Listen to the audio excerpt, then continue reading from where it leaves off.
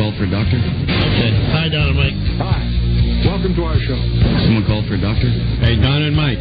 What you don't know could fill a book. It's the Don and Mike Show, and they'll say what they wish. Someone called for a doctor? Where else would you rather be than right here, right now?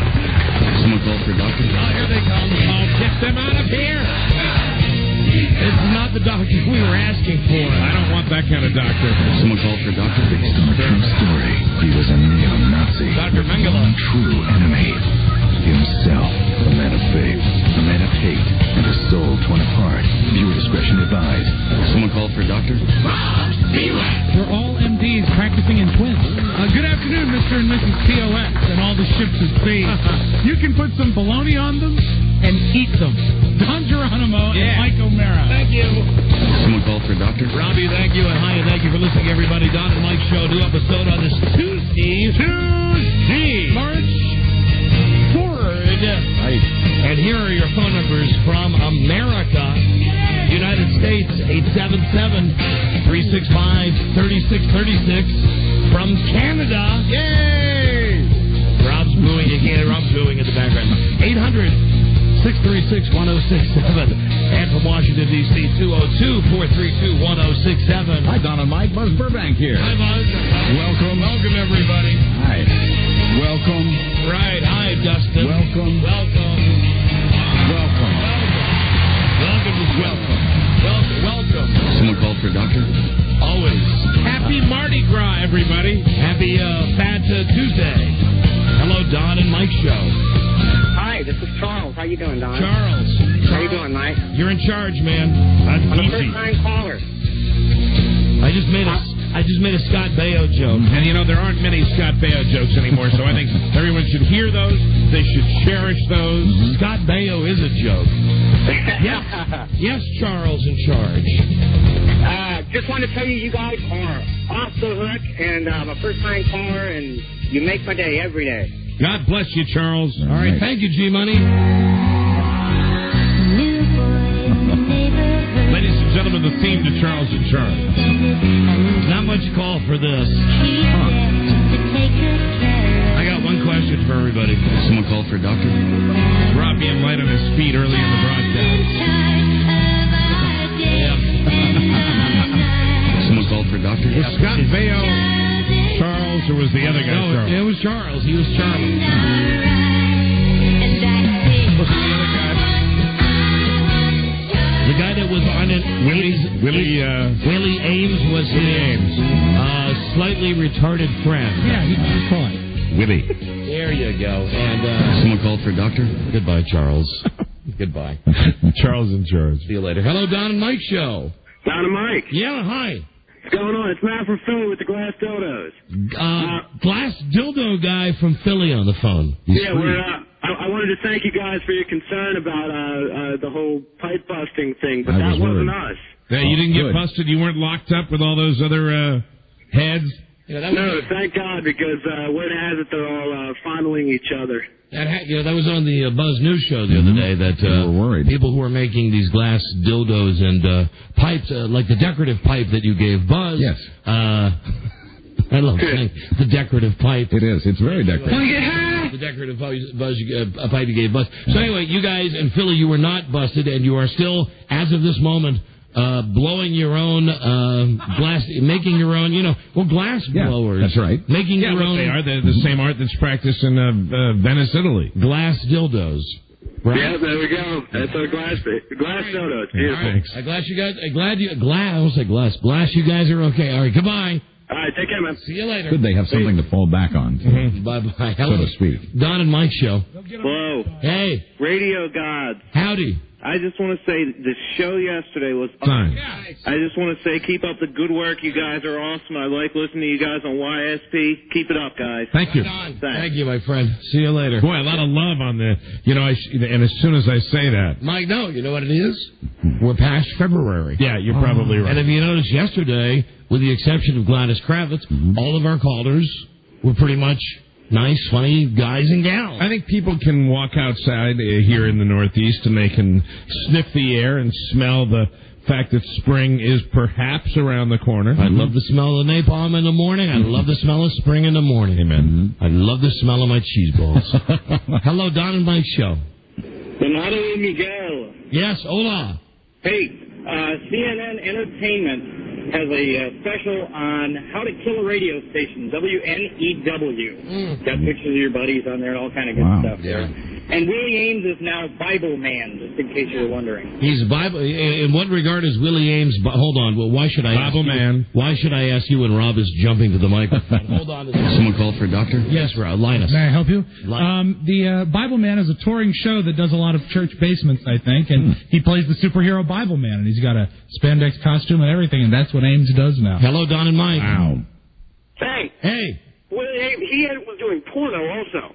Did he do porno before he became a Bible salesman? Well, now there's a world of difference a mile wide between doing porno and selling Bibles. No. Yeah, well, I was going to talk about the Bible thing too, but that guy jumped in front of me. But yeah, he was a porno star, and then he ended up being Bible Man. I think the two are amazingly closely related. Thank you, my friend. Before we get to Chris from Seattle, who's on the line again, good old Chris, as he was yesterday. Before we get into his deal, whatever it is, and I guess he's got.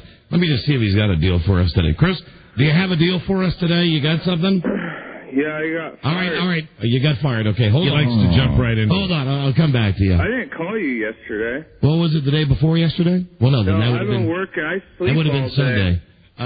I know it was one day you were up there and I didn't take the call. Hold on, Chris. We'll come back to you. It's a shame he got fired. He was very happy about his job at Walmart. Hold on just a second. Let me see. What did I want to talk about? Dateline, Married by America. I guess I'll start with this. I was a car wash prick today. I normally get mad at people who do this, but I was the supreme car wash prick. We've had bad weather, and I went to the car wash, and normally I get really, really mad when the car goes through the car wash, and you pay extra for them to armor all the inside, and they do the outside. And then you got a guy that stands there and, points out spots saying, you didn't get this, and you didn't get this. Yeah, I always find it very disturbing to see somebody standing outside of their car. You know, they're already going through the exercise of not washing their own car, and then they stand out and just point it. Now, granted, they're paying for it, but, let me just say in my defense that, and I don't know why I went back to that place. I went back to that ridiculous place on Route 7 that charges $35. Is that the place next to the golf place? Is that the place down below from the golf place? It's up by the Circle K. Okay. It's up by the Circle K. It's probably, you hardly get out there out where I live anymore. It's new. Yeah, okay. It's new. And there's another place that's kind of weird that's a car wash that's in closer to Tyson's. Yeah, no. This is not that place. And this is the place that I bitched at before, and I was afraid to go back because I went in there and said... You've been mad there before? Well, I said what a ripoff it was, that it was $35 to get an SUV wash. Oh, I remember that. And get the inside done, but I pulled up there today, and there was nobody there.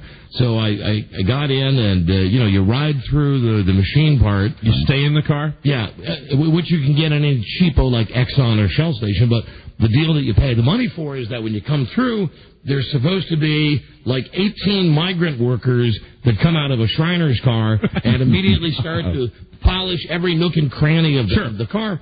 So I'm standing there watching, and... I pulled out the 5 and put the 5 in the big glass box that says all tips are shared evenly. Very nice. And the guy holds up the ticket, and I went over to the car, and the entire back end, where you lift up the back to load stuff in, there was just this big, gigantic splotch of dried crud. Salt and chemicals from the weather we've had. So I was a car wash prick. I said, excuse me, there's all this crud here. And the guy said, any personal cleaning has to be done off premises, that they have a sign that says any personal cleaning. Personal cleaning? Yeah, like if you don't want to pay for them to do it, you can just drive through the regular car wash, and then when they got the motorized blow job thing, they got the motorized thing, you can drive off to this other area and you can towel the car off yourself. After you pay $35. Oh, no, that's cheaper. That's only $21. Such a ripoff. So I paid the $35, and I said to the guy, there's this giant splot. It doesn't even look like it was washed. And the guy said to me, well, we've had lots of bad weather. And I said, well, I realized that, which is why I... You know, when they've got the BS ready before the question's asked. Why I came to the car wash in the first place, and then I made the mistake of walking around towards the front of the car, and I realized that basically all they had really done was taken those high-pressure hoses and just sprayed the car off.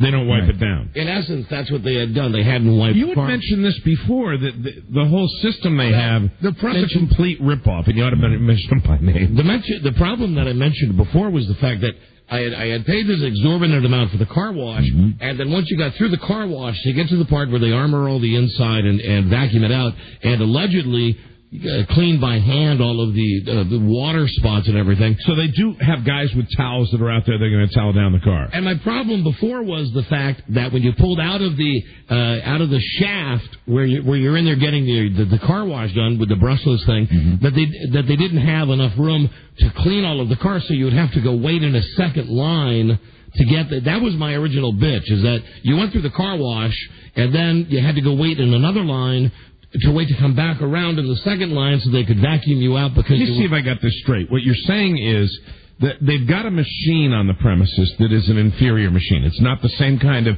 machine you would see at some of these more elaborate brushless things where there's less of the human element, right? It's a pretty high-tech... Do they have the things that smack your car? No, they do not. Is it all done with water? Yes, it is. See, that's the cheapo thing you get like at a gas station. Right, that's what I was saying. So what I did was I paid the extra, right, so that when you come out that they actually go around with the rag and anyway, I said, look, the back end of my car, it's all dirty.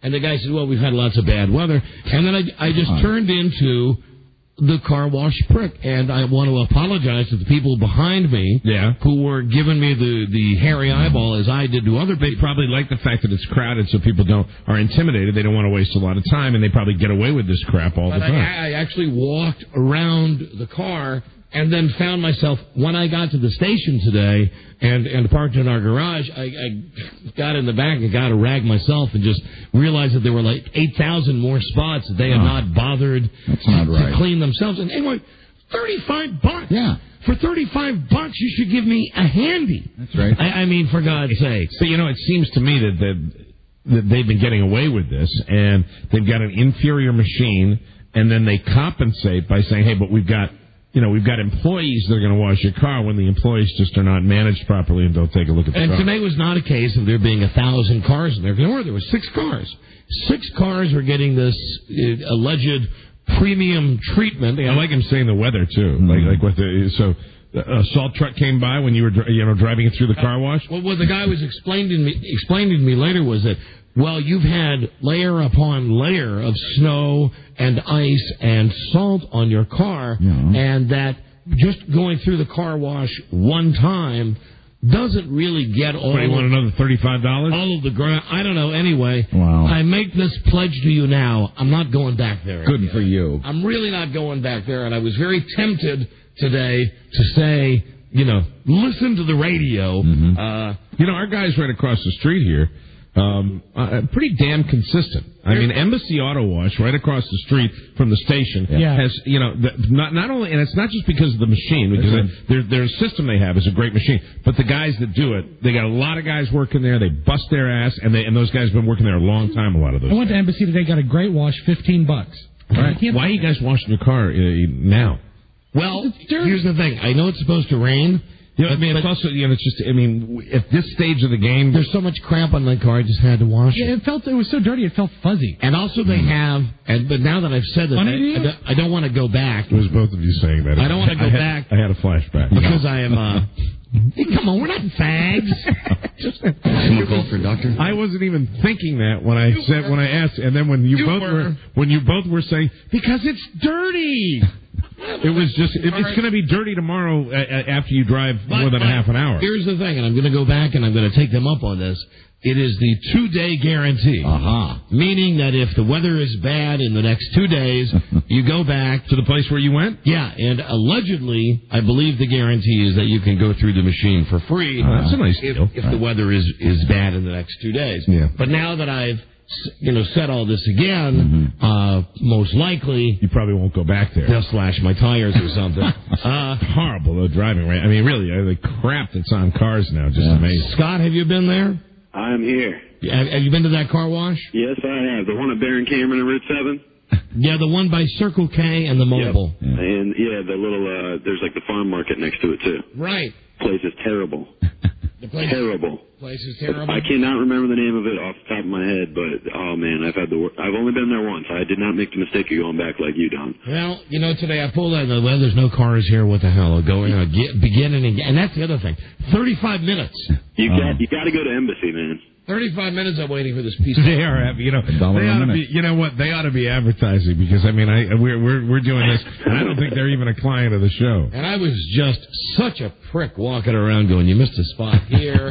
You missed a spot here. Is this? You missed a spot here. Who paid for that? You missed the spot here. Car washes. Jesus. It's that right now though. Guys that own those businesses are starting to get a little turgid, especially here in the east, where the snow's starting to melt and the salt's on the road, and people are starting to get antsy to get their cars washed. Anyway, sorry I was a prick. Anybody in line? Sorry about that. Hello, Don and Mike. Hello, Don. Hello, and Mike. Hi.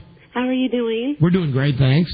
I just want to tell you that I'm a young girl from Wichita and that I love your show and that my husband especially loves your show because every day I come home turned on. Wow. Really? Really? What specifically does it for you? Is it just the general nature of the broadcast? Yeah, just almost every day you have something that gets my mind in motion. Is it our musky odor? And I also wanted to say to you, Don, that your relationship with your son is just awesome, and that if more people had grown up with parents like that, there wouldn't be so many problems today. Wow. I think about that all the time. Kind of a mixed signal. So much to process. You've just taken all the lead out of my pencil. I mean, thank you for the wonderful compliment, but suddenly when you go from thinking sex to being a good parent, suddenly it's like, oh. Well, I might not ever be able to get on here again. So you want to get it all in, right? Yeah. But you almost every day you get turned on? Mm-hmm. Do you get wet? Mm-hmm. Really? Who on the show, whose voice does it for you? Would it be Buzz? It would be Buzz. Yeah. Of course it would be. Of course it would be Buzz. Buzz, would you like to give her a little, Hey, baby. Well, hold on. We need your music here. Would you like to have Buzz talk sexy to you? Sure. What's your name again, beautiful? Stephanie. Stephanie? Mm-hmm. Stephanie, Mm-hmm. I want to thank you for listening. I mean, I really want to thank you. What are you wearing, Stephanie? I am wearing jeans and a shirt. Uh-huh. Kind of a shirt. Sweatshirt. Just got done working out. I see. A little sweaty. Yeah, getting ready to get in the shower. Yeah. Lather up good. Uh-huh. Well, think about us when you do that. Okay, I will. Sometimes it goes too far. Someone called for a doctor? It gives me chills. Not for me. See you later. Thank you. So long, Stephanie. Goodbye. It goes like over from the humor until he says, think about us when you get lathered up, and I just go, gack. Right, get out of here, honey. Hold on, who's on this line? Hello, Donna Mike Show. Yeah. Yeah. Gentlemen. Yeah, you're on the air. Hi. This alleged car wash. Yeah, not alleged. It is a real car wash. Well, they say they are. Yeah. I had a vehicle there, brand new, within a week of owning it to get it washed, and they pulled the same deal. Sunny day, they couldn't get it clean. Their first excuse was that I had too many body grooves on the car, too many shapes. They sound like this is the excuse auto. Yeah. We're talking about the same one, Route 7, right next to the Circle K? The same one. Okay, all right. So after beefing with them and holding everybody up, they do the same deal. They want to argue about it rather than just fix it. Then they offer me a ticket to go back through at a later date, not the same day. They must do this every day. They must be professional excuse makers if they're doing such a bad job. And it's the most expensive goddamn car wash in the world. I have never paid. I could buy that car wash with a check. But I will tell you, I cannot afford to get my car washed in places like that. Yeah, no, me either, sir. It's $35 and I might as well just open up the window and thrown out the window because I could spit on my car better than they washed it. Right. The car wash that you get for $3 at the Exxon is just as good. It's superior. It's just as good. All right, thank you, my friend. Take care. See you later. Bye-bye. My kids love going in the one where they shoot the water on you and you stop and you wait for the green light, and you go over the little hump there, and then the little jets come out, and we do that even if the car is clean. I'm just kidding. Really, I'm just killing time for entertainment. My problem there is the people who aren't bright enough to figure out when to stop, and it's the back, forth. You talked about that once. Have you ever had the situation where you go into the gas station, and of course you're getting the car wash with a fill-up, and you go in and you see, 90% of the time, an elderly person who's looking at you, and you're looking at him, and you're saying, oh, we both want the same thing, don't we? Yeah. Let's see who can. And I've many times. And have you ever? I put $10 worth of gas in there. Have you ever not filled your car up just so you could be in front of someone at the quickie car wash? In a minute, and it's the same thing. And I've had almost like a foot race to get to the little driveway that pulls into the car wash. And one time, they're the same way at the dump. Because I say, I don't have trash service out where I live now. I live so far out that I take my trash to the dump. We've got one of these little satellite dumpsters where you can go there, and I find it much more convenient. When you have your trash, that's when you take it to the dump. And I swear to God, and I don't want to be, I don't discriminate against these people. I really don't. But I will tell you that every time I go to the dump, every single time, this is where old people hang out. Old people hang out at the dump. Every time I've been there are one or two or even three old persons in front of me. They love going to the dump. Mike, I will give you the perfect example. Big Frida. Right. She goes to the dump. For her, here are the two. There are like three places she loves going: Outback Steakhouse, right? Walmart, and the dump. The dump. What is it about old people in the dump? I don't know. Maybe I saw seriously a guy get out of a pickup truck, and he went into the bed of his truck, and he lifted up what was the size of a goddamn change purse, went over and threw it into the dumpster. I don't know. And I said, what the hell? What? Were you worried it was going to smell up the house? Hello, Don and Mike Show. Hello. Hello, you're on the air. Yeah, I was calling about the car wash situation. I went there last week, and the same thing happened to me. I drive a Honda Accord, and it was all splashy. I only wish now that we're all doing, if anybody knew the name of this place, it would be great if anybody knew the name of the place. The Alibi Car Wash. After all this, it probably... Yeah, but you know what I did is they did the same thing. They wanted to give me a ticket for a free car wash another day, and I sat there and argued, and I finally got a refund. And so I know the other day you were talking about when you went... somebody just slipped me the name of the car wash. It's called Mañanas. Mañanas. I get it, Mike. Thank you. I get it. Yeah, I'm still studying that. I don't think they're Mexicans, though. I think they're like Guadalupans or something. I wasn't even making a reference. Just tomorrow we'll do it. We'll take care of it together. No, I was making the reference that all Mexicans work in car washes, but I believe that these are people of other foreign countries, really? Many of them who could be possible terror suspects who were cleaning the cars. And, we think that Joe Ardinger moves slow. God, they make Joe look like the Flash. Yeah. These people working at this car wash. Have you been to the one across the street, seriously? Empathy, it's a real good where one. Where they really hustle. I mean, they just, you know what it is? It's management. There's always somebody that, owns the joint that's on the premises, and those places work great. Here is Blind Glenn calling from Las Vegas. Blind Glenn. Well, hello, guys. Hey, blind guy. Boy, that caller that wanted to talk to Buzz. Yeah. Oh, man. Do you know what you could do, blind guy? You turned me on, boy. Can I tell you something? What you know what you would be great at? What? I just took my kids to see The Jungle Book 2, and John Goodman was the voice of Baloo. But your voice, you could be Baloo the bear. Absolutely. You've got the perfect. Could you just say, "Well, hello, Mowgli. You're looking nice today." Well, hello, Mowgli. You're looking nice today. It's a bear. Good voice. Hey, Glenn, I bet your penis isn't blind, is it? No, man. When she was talking, oh man, baby, why don't you just call back and we can make some soup? What do you think? All right. Goodbye, blind Glenn. Don and Mike, hello. Hi, Don and Mike. Hi there. This is Christina, and last week Joe called my mom about me being pregnant. Oh, hold on. It's time for an update on Joe makes the call for you. Before we get the update, let's call him in. Joe's not just a name, it's an idea. Here he is, everybody. The world's oldest phone screener. Someone called for a doctor? Oh, I'm sorry. Fathers expect more from a kid named Joe. There you go. My Joe buttons are right next to my doctor buttons. Howdy, Joe. Hello. And Here she is, Christina. You called her mom to tell her mom that she was pregnant. Christina, what is the update on Joe Makes the Call for you? Well, about 5 minutes after we got off the phone with you guys, my mom calls my house and starts screaming at me and bitching at me about how much trouble it's going to be to have a fifth kid and how it's so expensive and, I mean, just saying horrible, horrible things. You know, I really feel for you. You know, you obviously had to have Joe make the call because you don't have that kind of relationship with your mom, and now you're frustrated again, and you're calling us to tell us, well, is there anything we can do to help you? No, I just wanted to let you guys know because I love you guys. Well, that's very nice of you. So, but the bottom line is Joe did make the call that you could not make to your mom. Yeah. So Joe did, in fact, do his job. Yes, he did. Very well. He did, Joe. You know, Joe was telling me after that segment that he thought it went so well that once you have this baby, Joe would be more than happy to father like your sixth kid. Well, after this baby, I'm getting my tubes tied for real. Sure you are. Really have it done on the show, would you? Okay, I've already been tattooed once on your show, so.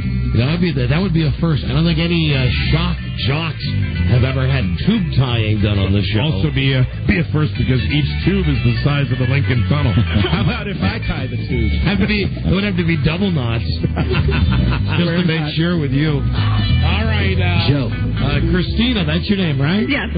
All right, thanks for the update. Thank you. You like the kind of knots when you tie a kid's shoe? Right. And there you go. Joe, nice seeing you. Joe, your current age? 38. World's oldest phone screener. Fantastic. Joe Ardinger. 38. And that's his stage age. The star of Joe Makes the Call, and soon to return as Stump the Joe. A segment that's going to be coming very soon. Would it be only Rolling Stones music? No, it'll be... I don't want to give it away, Mike, but I got an idea for some new twists. Hello, Don and Mike. Hey, how you doing, guys? Hey, we're doing great. About the car wash thing. Do you guys wash the cars yourself at all, ever? In the summertime, I do all the time.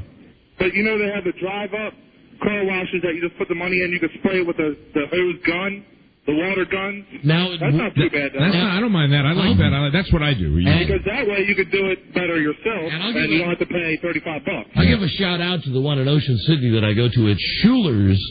I remember because it's like Heath Schuler, the football player. Right. The deal is it's $75, I think, like for 3 minutes, and it's great because you got the spray, then you then you put on the chemicals, and then the brush, and usually there's a dispenser right there. You can buy your own chamois. And warm water is also a good thing there. Yeah, it's good. I usually get baths and showers there myself, but wait a minute, you bathe at this? What's that? You bathe? And yeah, why not? 70%.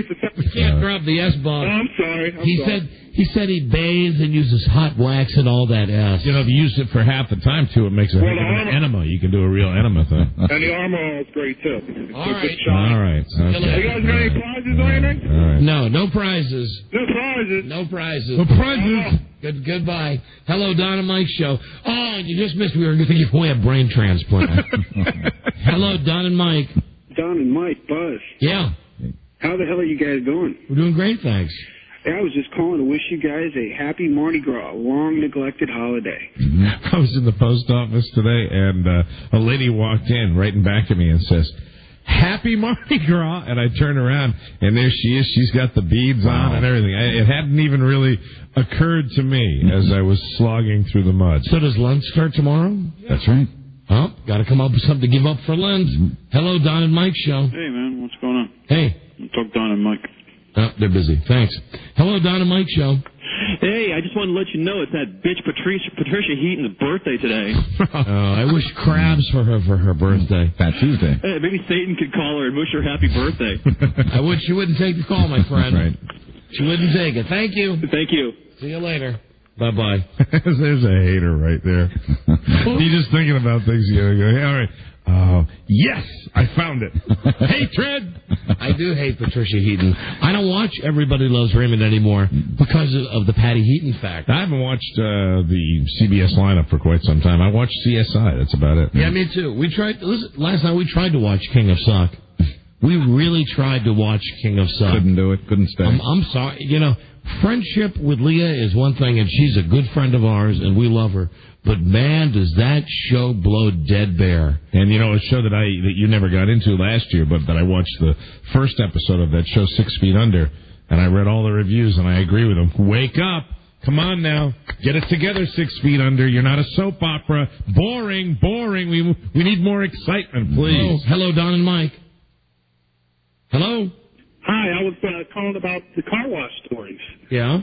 I remember one of my favorites is one that you told a couple years ago about how I believe you were in Ocean City and you were in one of the car washes where you drive through and the door on the other side wouldn't open. That was tapped inside and you started crying. I didn't cry, but I had a panic attack. And you're right, that was on a Thanksgiving Day. Yeah. And in order to elude the family, right, to get some breathing room, I went to a self-serve car wash. You got trapped in your car? Don't you remember that story? I don't. You got to refresh my memory. Were you inside the vehicle? Yeah, it was one of those deals where you pull in and the back like garage door opener closed. Oh, you were trapped in the car wash. The front door closes and the doors wouldn't open. And you were hitting your horn, right? Yeah, I was stuck in there like for an hour. And you banged on the door. I specifically remember you saying that you started to cry a little. Not cry. Get out of here. Would you please? Someone called for a doctor? I only cried in Las Vegas. Never cried in a car wash. Chris. Hey, Joe. Hello? Is this Chris? Yeah. Now, Chris, I'm going to leave you on hold during the break, okay? Yeah, I'm just... I know. I'm going to sit here. You got nothing else to do, dude, so just hold on. I'm just going to have some macaroni. I love the way. Yeah, it's my favorite part of Chris's calls is he always lets us know what he's having. All right, just sit through the break, okay, guys? I'm going to lay here right on my futon, and I am not going anywhere. All right, well, we come back from the break. We'll clear the lines, except leave Chris on line one so we can talk to him. I guess I'll get to the other stuff in a second, too, the TV stuff. I want to yell at Carl Reiner. I want to yell at Married by America. Might as well be Murdered by America. And I saw a Dateline thing that just drove me friggin' nuts, out of my mind. Are you ready for a real clue? I am. For the secret sound? Please. I really am. Rob's not, though. I got a clue. We're going to cut the jackpot in half today to $500. That usually means a real good clue for us. Rob, I bridged it down. Come here, lover. Come here. Someone called for a doctor? That's the clue. Get it? Yeah, that's a good clue. That means, ladies and gentlemen, get ready for something that will not help you. It will. I promise. He would not. The boy would not show joy if it was something that really helped. Rob, if it was this, it would be... Oh, it's too easy. Right. Yeah. Okay. Gotcha. Too helpful. So I do have a clue that I do believe will be helpful if you've remembered all the clues in the past. Okay. To win $500. Good. Right now, dial recklessly. Be the 100th caller. 877-365-3636 from Canada. 800-636-1067. Good luck. We'll be right back. This is the Don and Mike Show. What's your 5-point plan? All right. Now pay attention. First of all, Rat, you never let on how much you like a girl. Oh, Daddy. Hi. 2, you always call the shots. Kiss me. You won't regret it. Now 3, act like wherever you are, that's the place to be. Isn't this great? 4, when ordering food, you find out what she wants, then order for the both of you. It's a classy move. Now, the lady will have the linguine and white clam sauce and a Coke with no ice. And 5, now this is most important, Rat. It comes down to making out.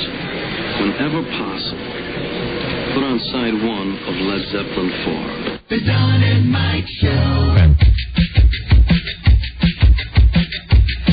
Someone called for a doctor? America's favorite inebriant, Don Geronimo and Mike O'Mara.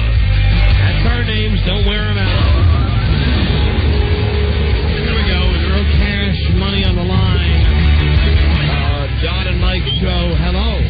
Yes. I believe the car wash they're talking about is the Easy Car Wash. Pardon me? I think it's called the Easy Car Wash. I'm not sure of that. I think it has a more intricate name than that. Does it? Are you calling for the contest? No. Oh, okay, bye. Calling to give them that. All right. No, dude. Calling to give them that. Bye. Hello, Donna Mike's show. Yeah. Yeah. I'm on caller 100. There you go, my friend. Okay. Yes, you are. And what's your name? Irvin. Irvin, where are you from? Fredericksburg. All right, Magic. You've got a pair of tickets to see Pearl Jam. Pearl Jam's Riot Act tour with a special guest, Buzzcocks. Hey, we know who's playing in that band. Buzzcocks. July 1, Nissan Pavilion. Now, you have won Pearl Jam tickets before you could buy them. Tickets go on sale Friday at 10 at Ticketmaster. Online at cc.com. Enjoy Edward Vedder.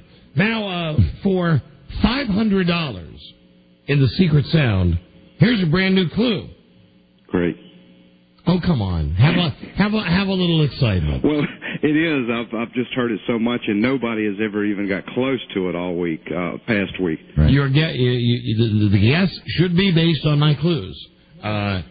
Kitchen item. Right. Has nothing to do with ice or ice cubes. You said one time when you were having a fight with your wife, you're really going to hear it tonight. During the snowstorm a couple of weeks ago, right. We had cabin fever. And here is your new clue, orange juice.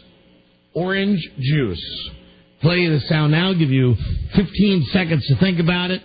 Please don't answer till Mike sings like Eminem. Yeah, oh boy. What? Rob.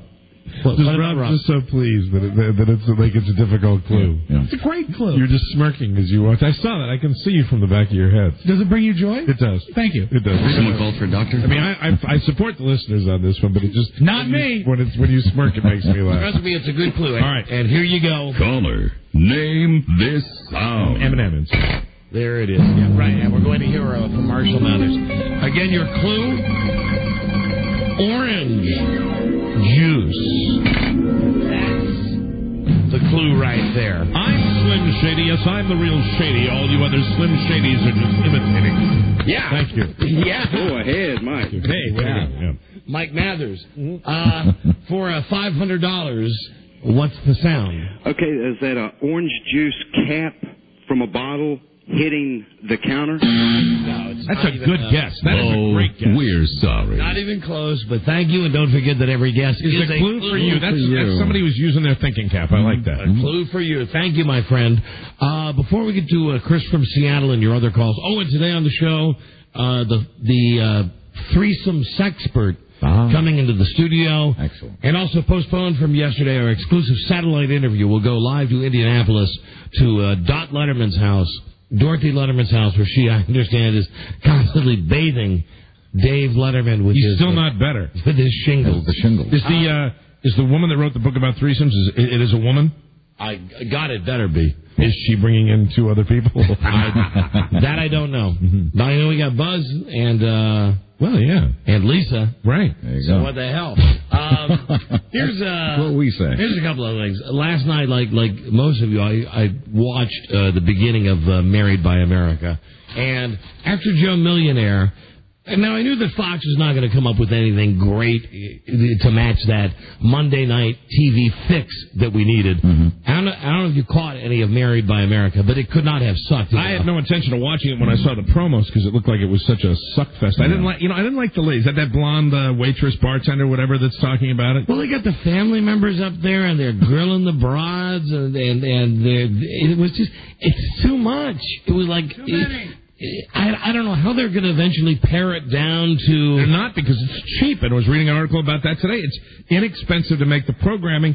It's just incredible profit margins compared to like a regular television show, so you're going to see a lot more of this crap. But the problem is that this one is not riveting. You're not going to want to watch it. And it was 2 hours last night. It was just... You should have watched Fear Factor last night. It was junk. I did see... What did the guy eat on Fear Factor? I've never seen Fear Factor where the challenge... was really the challenge was so overwhelming that only one guy did it. What was it that the guy had to eat? The guy, because I saw him eating it. You probably smell it already, and he lifts it up, and you're going to have to eat 4 ounces of maggoty cheese. Oh. That's what I saw, because it was in the Tupperware type container, and it had a yellow color to it. The first guy tried it, got maybe 2 bites, gagged it up, and had to quit. Then there was another guy that I think both the women tried to do it, and they couldn't. And then the one guy who was grinning and laughing at everybody while they were eating it, and because one guy was successful, they went to him and said, "Okay, you've been laughing. Are you ready?" He said, "Okay, I'm ready." And he said, he throws the plate across the room, and he points at the other guy and says, "You're a fool." And he walks away because he wouldn't touch it. Wow. It was the most disgusting thing I have ever seen on Fear Factor. And I could not believe the guy was able to eat it. Because, you look at it and you say, all right, it's got maggots on it. If the cheese is, new cheese or something like that, it's probably not that big a deal. But the cheese was obviously rancid, rotten cheese. And they were really, the one guy that succeeded was gagging so much, he was constantly looking like he was going to throw up. Yeah. It's the first time I've ever seen real throw up on Fear Factor. Which is one of those times it's flipping by, going, well, what's it like? I didn't even bother to see what the guy was eating. Was something gross? The Fear Factor is, I think, going to succumb to the what can we do now fact, because the next thing is they're going to start hacking off digits. So I'll watch that for a couple of seconds, and then I watched I don't know, one of those Dateline 2020, whatever it is, right. And I really got pissed. They're really nitpicking now. Here was the deal. They were pointing out, and I guess, of course, I'm not going to be the one to argue saying if you're driving in a residential area and the speed limit is 25, there are kids playing, then you should go 25. Absolutely. Well, as it turns out, they had cops with speed guns, and they were stopping people who were going 37, 38 miles an hour. Now, you didn't get anybody who was blowing through there doing like 55 or 60. They're doing 37 or 38 in a 25-mile-an-hour speed limit. The cop would come up and say, the cop was mic'd, and all of this was taped from a car that was across the street. The cop would say, "Do you realize you were speeding?" And the person would give them the excuse to say, "Well, I'm late for work, or I pick my kids up, or whatever." John Stossel. Whatever. I don't know which dick it was, but here was the deal. After the cop got done, then the guy from Dateline or whatever show walks up to the car and starts lecturing the person and says, "Do you realize the speed limit is 25? And the poor person behind the car goes, "Yeah, but I was on my way to," he says, "What if you had killed a child today? God. What if a child had come running out on this road and you had killed this child?"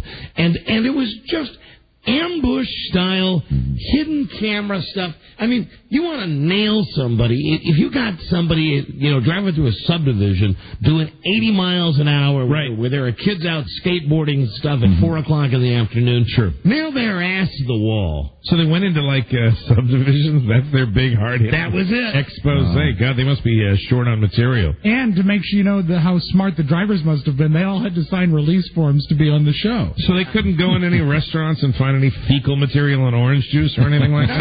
And after a while, you got to feel bad for the people, because they pulled over one guy who was doing 36 in a 25. Now, yes, technically that's speeding, but I think we all know the unwritten rule is you go 10 miles over, but it was 36. So the guy says to the cop, "I've never gotten a ticket before." The cop says, "I have to write you up." And then the reporter comes over to the car and starts the ball busting. Just starts the, "Do you have kids?" And you see the poor guy sitting behind the wheel of his Toyota or whatever was going on. "Yeah, I got kids." "What if your kids lived in this neighborhood?" And one guy actually said, "I drive faster than this in my own neighborhood where my kids are." He said, "I think the speed limit on the street that I live should be faster than 25. And then the camera zoomed in on this guy's face like we had public enemy number 1 on TV. This is true. And what is the first rule that any parent teaches their children? Right, look both ways and all that other stuff. Don't play in the street. Don't play in the street. I mean, it's way up there. Anyway, it really just pissed me off. Now, see, they should have taken it a step further, and they should have had that reporter, stake out like a kid's house where they're playing in the front yard, and if the kid ran into the street, then they ambush him. Do you realize what you were doing? And just put the camera on the kids. That's what they ought to do. Jennifer, hello, Don and Mike Show. Yeah. Hello, how are you guys? Jennifer in Philly. Hi there. Hi. Hi. Just wanted to correct you guys. You were talking about Fear Factor. Yeah. There was a woman on there who actually won the last stunt, but she ate the maggots and the cheese as You mean well. the Asian woman? No, she was blonde. Oh, the blonde ended up eating the cheese? Yes. I bailed out because I figured she wasn't even going to do it, but she actually ate the whole thing. The whole thing, and she ended up winning the entire stunt at the end. Oh, you know what? That was such a tease because they showed the blonde lady, and I was looking at the two guys. I said, there is no way she is going to be able to do this. She said she was going to try it, but she actually succeeded. She did. And did she win the $1,000? No, because she didn't do it in time. Oh, okay. She didn't beat the other guy. All right. Yeah, she didn't beat him. That's amazing that a woman was able to eat that. Thank you. Sure. Thanks, honey. We appreciate Of course, it. many women are probably better at eating stuff than men. Sure. Women eat bad stuff all the time. Women eat stuff that guys would never eat. Guarantee you that. Except for homos. Your regular average guy wouldn't eat any of that stuff. Would you eat number 3? No. Like if you were on Fear Factor, and they said no, not even for for $1,000, would you eat number 3? For $1,000? Yeah. No way. I'd have to think about it for $1,000. For $1,000? I think so. I think Mike, you might be jaded. What with our multi-million-dollar 5-year contract? You wouldn't eat it for $1,000. I think. I wouldn't eat a lot of it. 10 cc's. No, a teaspoon. I'd eat a teaspoon of number 3. That's so gross. For $1,000. You're frightening me. Why am I frightening you? I mean, maybe for like $50,000. Come on. I don't want to eat some other guy's stuff. Well, first off, I'm not talking about drinking some other guy's. But you do your own? I drink my own. Oh, I drink my own for $1,000. Yeah. But if it was like yours? Yeah, I wouldn't do it. I'm really... Here we go again. We're on that subject again. No. We're not going to get... Mike, we're not... Someone called for a doctor? We're not going to get on that topic. We're not going to get on it. But I would say the price would be higher. But I would do it for less than $50,000. There's a stigma that would surround it. That's why, it would be more than just... I mean, the actual idea of ingesting something like that, I mean, it's not that big a deal, but the stigma surrounding it would be just... I think it might be a life-changing... It'd be a scarlet letter. It would be something that you would, Scarlet number 3 on your forehead forever. I mean, I've always... how do I say this delicately? I've always been very appreciative and admiring of women that are able to... accomplish that. But I've always thought, it can't be all that pleasant, really. I guess some women say they dig it, some women don't. We always get women calling us. They all say they do. Especially when we complain about our wives and how they don't do it. And we've always had women call and say, oh, I'd love to. I love the taste of it. Blah, blah, blah, blah. I think there are women that have said that before. And this is... drink your pineapple juice. Now I just can't get that out of my... Hello, Dr. Mike. Hey, how you guys doing? Okay. I'm all right. You'd eat your number 3 for only $1,000? Yeah. Do you eat your bugs? Pardon me? Do you eat your boogers? I have. I've done that for free. My whole life I've eaten my own boogers for free. I'm just shocked that 1,000 would do it. I don't necessarily... No. No, there's no. I would. No. God, I'm an idiot. I am a complete and total idiot. If somebody, you know what? I believe you 100% that you do it. If somebody put up $1,000, I would. No one's but my own. But I would drink a teaspoonful of my own number 3 for $1,000. If you listeners, I believe you. If you listeners want to put together some type of drive, we're going to probably have to check that one with the powers that be. I'll do it I'll do it out in the lobby during a break. Doesn't have to be on the show. Sideshow Don. I do it for $1,000. I have a greater value, especially after going to Las Vegas and winning $2,000. I bet it would gross you out.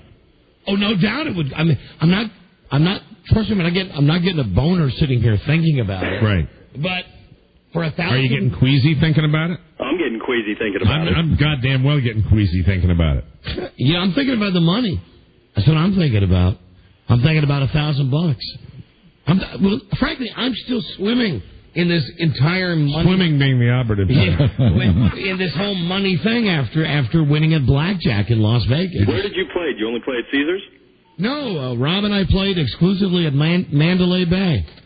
Although we came out even at the Mirage. You know, if you stayed for the Siegfried and Roy show, you probably would have seen that at the end. They do that. They get paid a lot more than $1,000. Hello, Don and Mike show. Yeah, Don? Yes. Hey, this is Tim from Rochester. Hi there. You were talking about a price tag on certain things. Number 3 was one of them. Yeah. How about the no-no? What's a price tag on that for you guys? To eat number 2? No. Just get a taste of it. Not eating a BM, but just tasting the spot where the no-no is. Oh, no. You mean... Well, first off, I would only do it on myself, which is physically impossible because I'm not a contortionist. What are you talking about, like on a woman? Yeah. Well, these guys, the rest of these guys do it every night for free. Well, not every night. Yeah, but you guys don't really... No, actually not. I mean, but I have definitely been in that vicinity. I never have. And I've probably proud to say I never have. It's probably been a slipper or two down there. Now that's a gross. slip or two. Yeah. Now that's not unusual. Gross. It happens. That's gross. That's gross. Not a beautiful woman? Absolutely. Who's clean and decent? Doesn't matter. BMs are not clean and decent. Hello, Don and Mike show. I'm listening to this and I'm sick to my stomach, but I don't believe you, Don. I'm willing to put up some I money. believe we have a hell of a debate. If Mike will put up the other half of the money, I think we should go for it. I don't want to be involved. I think the listeners should do that. All you listeners that might be really into that, all you boys out there that might really want to dig that. I think the debate that we brought up here is which is grosser. Like an occasional, touching that area with the tongue or drinking your own number 3. That's an interesting, spirited debate. For me, licking a bung or getting my tongue next to not a bung, the bung on like a your wife, on a sex partner, your wife or your girlfriend. Mm-hmm. That's gross. Yeah, that's gross. Much as I wouldn't want Frida to lick my bung, not that in 22 years she's ever offered. I sure have told her to kiss my ass plenty of times. I knew when I came in here today it was going to be one of these kind of shows. Excellent. One of these fascinating shows that we talk about occasionally where something comes out of nowhere and we have that debate. You Don and Mike. say no. Hello. Don and Mike, radio guys. Buzz, the answer is no. Okay. I would have nothing to do with the ass. Okay, but you said you wouldn't necessarily fight it if that was done to you, right? Yes, I would. Oh, you would fight it. Yes. I don't want my ass to be kissed in that regard. Okay. I don't want to lick my. No, just thanks. getting on the air. All this, some of it. I don't know. Let me just say, it's where food comes out. Yeah, right. Yeah. But it's not an uncommon practice in the bedroom. Yes, among you beasts, it's not. But I will also say it is certainly not a regular thing. It may have happened. I can probably count on one hand the number of times it's happened in my entire life. Hello, Don and Mike. And really not with my mouth, maybe twice. Hello. Radio guys, what's up? Oh, that's gross. Hello. Hello. Yeah, you're on the air. Hey, I don't know why everybody's don't believe you. I mean, this is coming from someone who on his own was about to eat his own little cheese balls, Amuses him. Join me on the new Beverly Hillbillies. Hello, Don and Mike.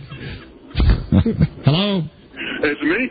Yeah, it's you. Oh, dude, I will totally put the $1,000 up. I don't believe you're going to do that. When push comes to shove, you're going to turn your head. Come on down. You want me to come on over?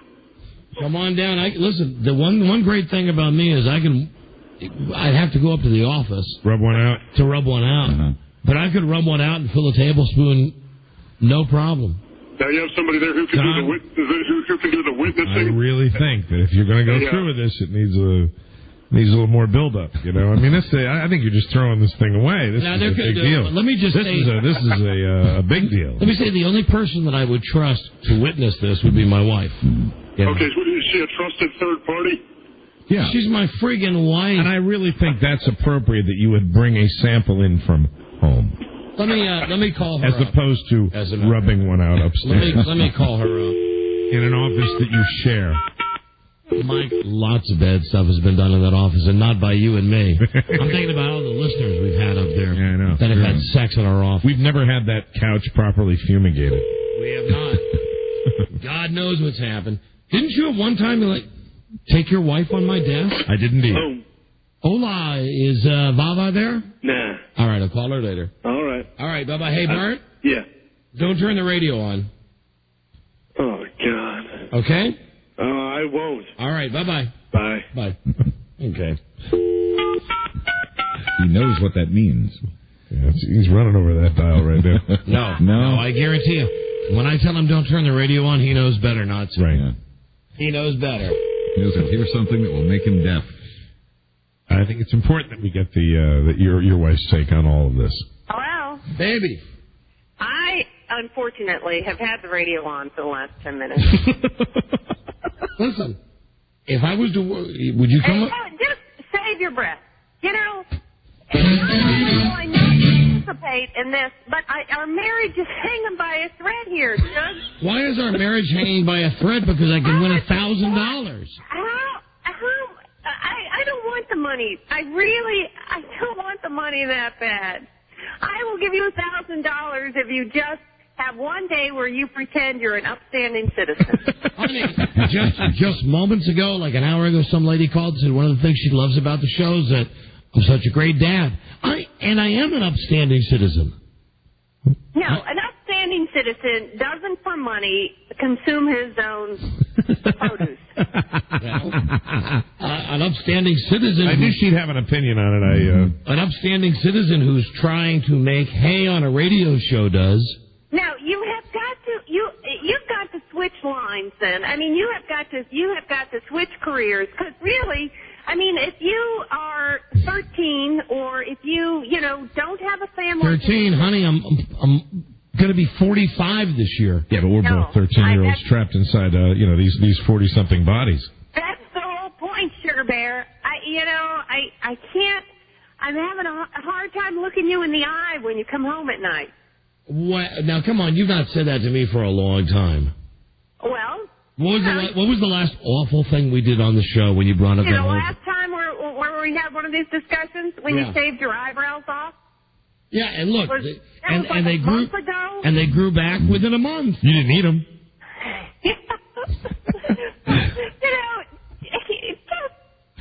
Rita, let me see if I get this. Are you asking him not to consume his own number 3?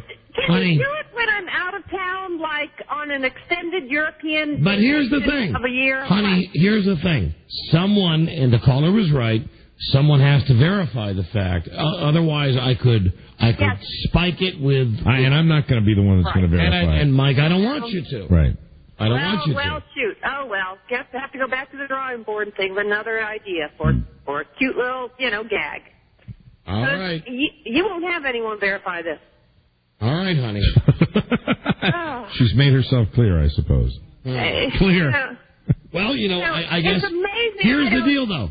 Amazing I'm not on some kind of Prozac. It really is. Would you listeners take me at my word? No. If I went to the He's office a liar. He lies all the time. It's all for show. He would not do it. He wouldn't even do it. Really, in real life, he's Walter Mitty-ish. He wouldn't even consider doing it. It's all make-believe, so don't believe it. It's only make-believe. All right, I would do it for the show. I would. But it's a shame, but there's no way to verify it, and no one would believe you because, it's showmanship. It's for comedy. It's not real life. It doesn't... it's not what you really are like at home. Really, at home, we listen to classical music. Now listen, don't be ridiculous. We never watch TV. Listen, I give you that. I'm a different person at home than I am on the radio. Everybody knows I'm doing a show here. You wear ascots and a smoking jacket at home. You really are. We discuss world politics. We do not. I mean, sure, sometimes you're on the Republican side and I'm on the Democrat. This is my family. Do not. I don't know why you're so uptight about this. I don't want you to be like this. I want you to be normal. Please, be normal for me. I think I am very normal. No, you're not, darling. You really aren't. And what's sad is, the first step in getting better is recognizing you are not normal. I am totally normal. I'm willing to contribute. I understand that maybe it would hurt the radio show, and I'm willing to cut our income in half if you will be normal. Be normal. No, honey, listen, first off, if I was to be normal like I am at home, the income that we're looking at, it would be much less than half. It would be much less than a quarter. We could buy, I get a job, Bart will be out of the house soon. We could just be normal. Listen, I tell you what have I told you? Things are going to be normal in 5 years when Mike and I are done with this contract. No, things will be bad in 5 years because you're saying you will stay home. I want you at work and normal. That's all I ask. I don't want you home and retired. I don't want that. I can't be normal when I'm at work. I'm not going to do a boring show at work. Well, just talk about it. Just pretend like you do these things. Don't really do them, Boo. Honey, $1,000. You've done it. $1,000. For God's sake. I will forfeit that new purse I want. I don't want $1,000. You've done it. I will shop at Target. I promise. You've done it, though. What? You've had my number 3. Don't even say that. Don't even. I have only done what a normal. I do what's normal in a marriage inside of your own room. All right, my boo-boo. Oh, boy. I'm trusting you. You're what? I'm trusting you to be normal now. Well, listen, I will drop this, but I just want it to be known that if my wife ever changes her mind about this idea, I do it for $1,000. To me, it's no big deal. That's good. Okay. It's no different than eating, honey. I eat my boogers too. I mean, I haven't done it for a while, but I've eaten boogers. Shuggy, I don't have the energy to go on to the booger topic today. Let's just leave it at this one topic. All right. Okay, thank you. All right. All right. Goodbye, Susie. Let me just say, though, that these are the crazy antics that have afforded you that wonderful lifestyle. The crazy poses. That we're enjoying so much. And hopefully there are no children listening, but if there are any young impressionable minds listening, this is the price of respect. This is the price. You have to decide when you're coming to your career, do you want your wife to be able to look you in the eye and say, darling, I admire you, or do you want to have a big house, drive a big car? Right. Decisions you'll have to make. I made that decision about 20 years ago. I know, and I'm trying to guide other minds that have not. I'm telling you, listen, this discussion notwithstanding, and I'll put it off to the side, but in 5 years, when Mike and I are done with this, I'm going to be a normal guy. I'm going to be the guy that I am at home all the time. Are you going to be at home all the time? That's my fear. You can come over to my place. No, I probably won't. I'll probably end up doing something related to radio. That does not involve boogers? Yes, I'll probably get it. Honey, we've had this discussion that I'll get into the more pedestrian side of radio. All right. Well, let's practice. But as long as I'm in the deep end for 5 more years. No. Because really, we're hanging on by a thread here, Sugar Bear. I mean, 5 years is a long time. What do you mean? Listen, here's where you get me. Where you say things like, we're hanging by a thread. Well, it's a How are we hanging by a thread? No, it's just that I put in, I just don't know my limit. I put in over 21 years of, and at the beginning, when you could talk less, it was a lot less embarrassing. Yes, so what you're saying is the show is embarrassing for you. But let me just say that when you want, and you brought up the topic of that purse. Right. Isn't it funny, though, when there's some fancy, I'm not going to say the name of this purpose, some ridiculous purse that you want that all the rappers are wearing, and you go to the store and you get on a waiting list. Right, which I was happy with. She says, well, maybe you can help. I called the store. Whoa. Did I ask you to help me? No. All right. I said I could probably facilitate this. All right. Well, then that was good. But I call the store and I say, hey, I know this probably doesn't mean anything, but I'm Don Geronimo from the Don and Mike Show. What did the lady say? You have the purse in 2 weeks. You have it in 2 weeks.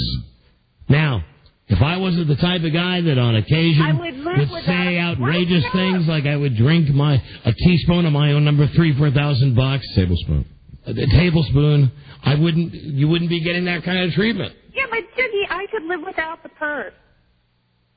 Honey, I'm just doing a show. All right. I'm just doing a show. I think it'd be a wacky bit. So, but just have. There's plenty of other people out there that you are the ringmaster. You are the guy in the circus who is. No, but here's the thing: the company will not let us do a contest where other people do this. They will not.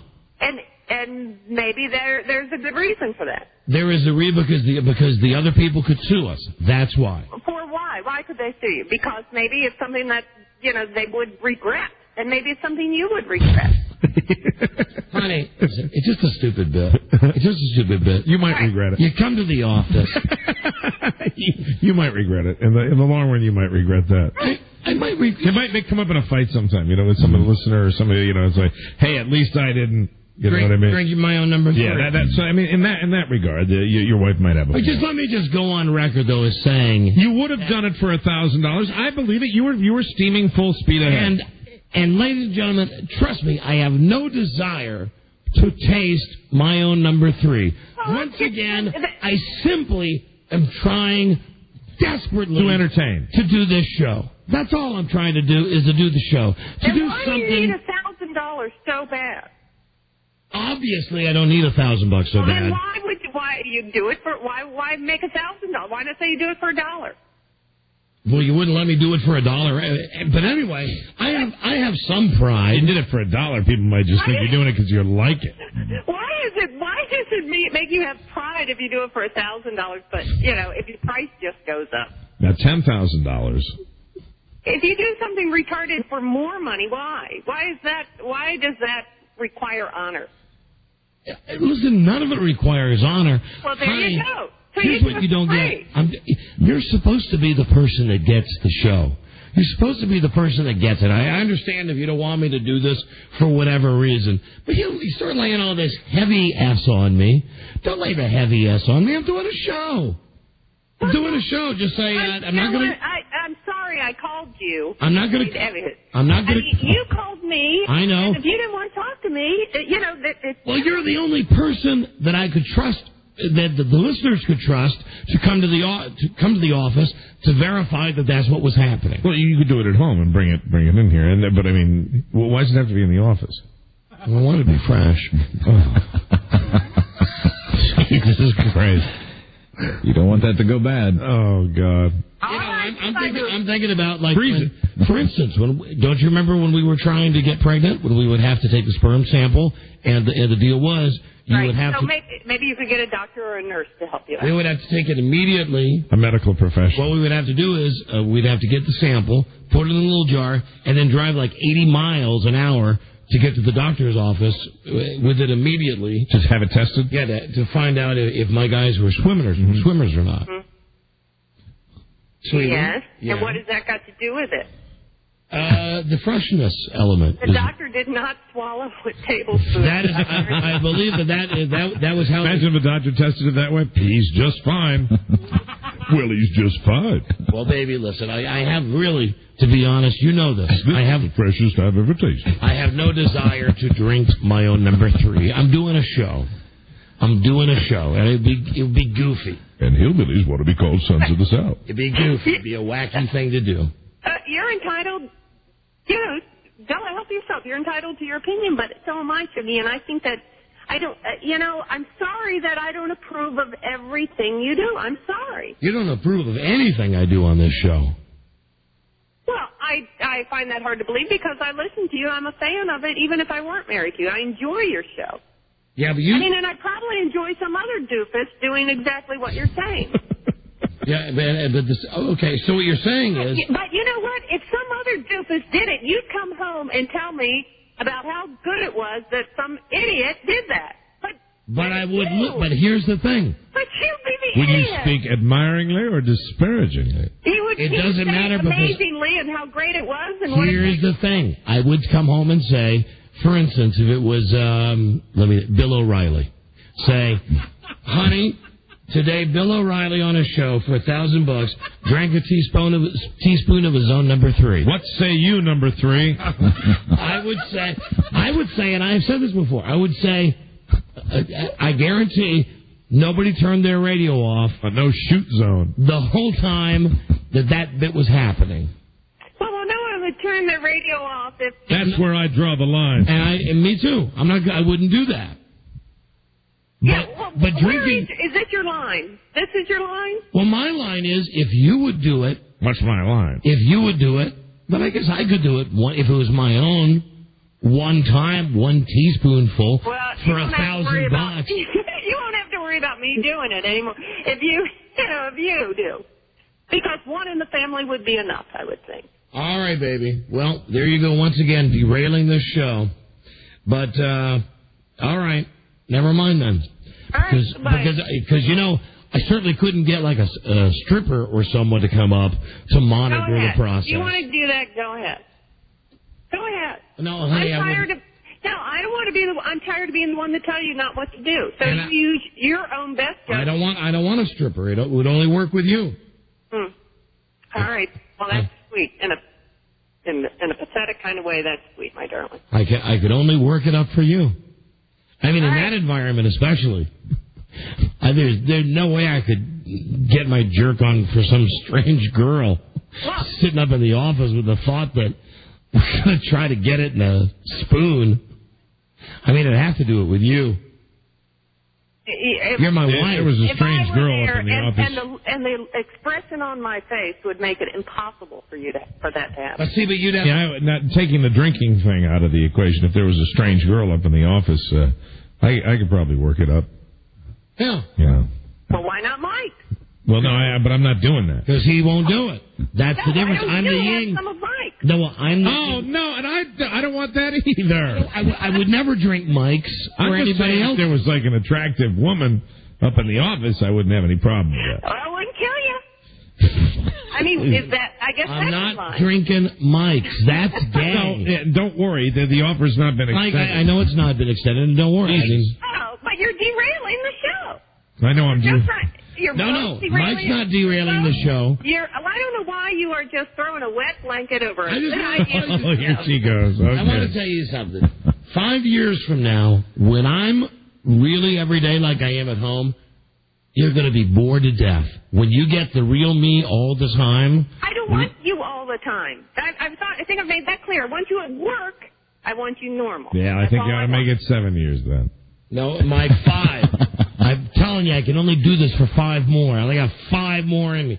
I only got 5 more good years in me, Mike. Okay. I know. I don't care how much money. Some different fingers. I know you are, Mike. All right. And good luck. Let it be the Mike and Buzz and Rob show. I would wish you all. Hey, if they'll have us. I would wish you good luck. All right. If they'll have us. I'm telling you. But see, then it'll fall to you, Mike, to be doing this with your... I'm not nearly as outrageous as your husband. What I'm saying is... I just do silly voices. Me and Mike have had a really good run, and I'm not pulling a Howard Stern here. I'm just saying in 5 years, that's it. But for those 5 years, honey, I'm going to run 100 miles an hour every day. No, God. On this show, we're going to go as fast and as far as we possibly can. Strap yourself I know. in. This is what I'm afraid of. You're escalating it as you get to the end of the road. Yeah. Well, listen. You never have to worry about a sex for Sam. You know that'll never happen. I mean, if this is the worst epitaph that they're going to have, is that once he's the crazy disc jockey who, on a bet, drank a teaspoon of his own number 3. Also, even the opposites, it's obviously not going to happen, but you're talking about something with yourself, and that's what we do here. And I think that's where the whole attitude of people to do what we do, you got to kind of bring it in on yourself a little bit more than we used to do, and maybe that's okay. All right, baby. Well, that's okay. And let's ignore the double standard. Mike, if you would do it and you don't have a wife to be upset, then I'd be all for it. But see, here's the thing. I'd do it for $10,000. No. Now, what if... No, I wouldn't. I just realized Stop the room, though. No, I really wouldn't. Everybody was looking at me, and I'm like, no, I'm faking it. No. No, I wouldn't do it. I was willing to forego a lot of purses to make that happen. No, really? No, I don't think there's just something about doing it. It would bug me. It's called self-respect, Mike. And you know what? When it comes to this show, I don't have any because I've made this very plain. I have made a deal with the devil for this show to get ratings, honey. Well, this is the way it is. Look, if you make a deal and you're married, I have to be a co-signer on that deal, and I did not co-sign a deal with the devil. Oh, okay, but the devil's been. Let me just say, the devil entered this show about 15 years ago. No. The devil has become before it was maybe a demon, a little like fallen angel. It wasn't the real devil. I mean, it's just. I am the god of hellfire, and I bring you fire. He's here. I remember we did a pretty nasty show when we went down to Atlanta. You remember that? Yeah. That's when the devil went down to Georgia. Sorry. All right, baby. Well, never mind. Goodbye. It's just a topic. I love you. I love you. I know you do. So proud. Oh, come on. Proud, you know I'm what? proud. You're proud of me. Come on. You're proud of me. You know you're proud of me. Look in your goddamn purse. You're proud of me. Come on. You're proud. Stop it. Come on. You are proud of me. You don't think I'm that shallow. You are, but honey, you are proud of me. Even now. I'm proud of you when you're funny and you work hard, and so I'm proud of you every day. And honey, I got news for you. Even this discussion right here. But not proud of it. Is funny. Oh, it's great. And highly listenable. It's great, and I've always found, and I've maintained this, that this woman on the telephone has always, and will always be, hopefully, the conscience of this show. It's exhausting. And it's tough. It's a tough mantle to carry, Frida, but you do it well. Hate it when you say that. You hate it when I say that? Yeah. Well, it's the truth. You know, it's the truth. It has always been that way. I really do. You know, he hates what separates us from a few other people that are repairing air conditioners right now. But Mike, I've never wanted to do anything like the air conditioner. Even if you wanted to, the conscience would probably be there. But I've never wanted to do that. All right, I love you, sweetie. I love you too, boo-boo. All right. Goodbye, sweetie. Bye. I think one of the reasons that we have longevity is that we both police ourselves pretty well, but occasionally when we both get revved up on something, she'll do that. I don't, here's the thing now, and I'll get over it now during the commercial break. I'll forget about it. You're going to concern me if you get really disappointed about this. I said it as a goof. Yeah. Right. I'd I do it, but I'm not sitting there going, man, I can't. Because I got news for you. Man, I can't drink it now. Because I got news for you. I could go out during the commercial break, and if I really wanted to, I could do it anytime I want. Right. I would do it for the show. Right. That's it.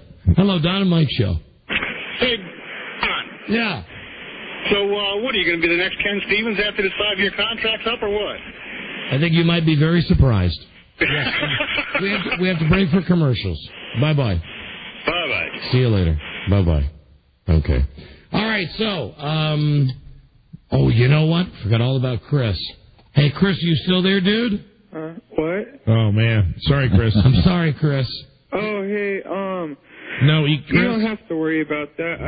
My tummy's full. I have macaroni. Chris, I promise when we come back from the break, we'll find out what's up with you, okay? You guys take your time. I'm laying on my futon. Yeah. Okay, all right. Macaroni and bread. Keep enjoying that protein diet. There he is. Chris the loser from Seattle. We'll be right back. This is the Don and Mike Show. Strickland Propane tastes the meat, not the heat. Hello, Hank?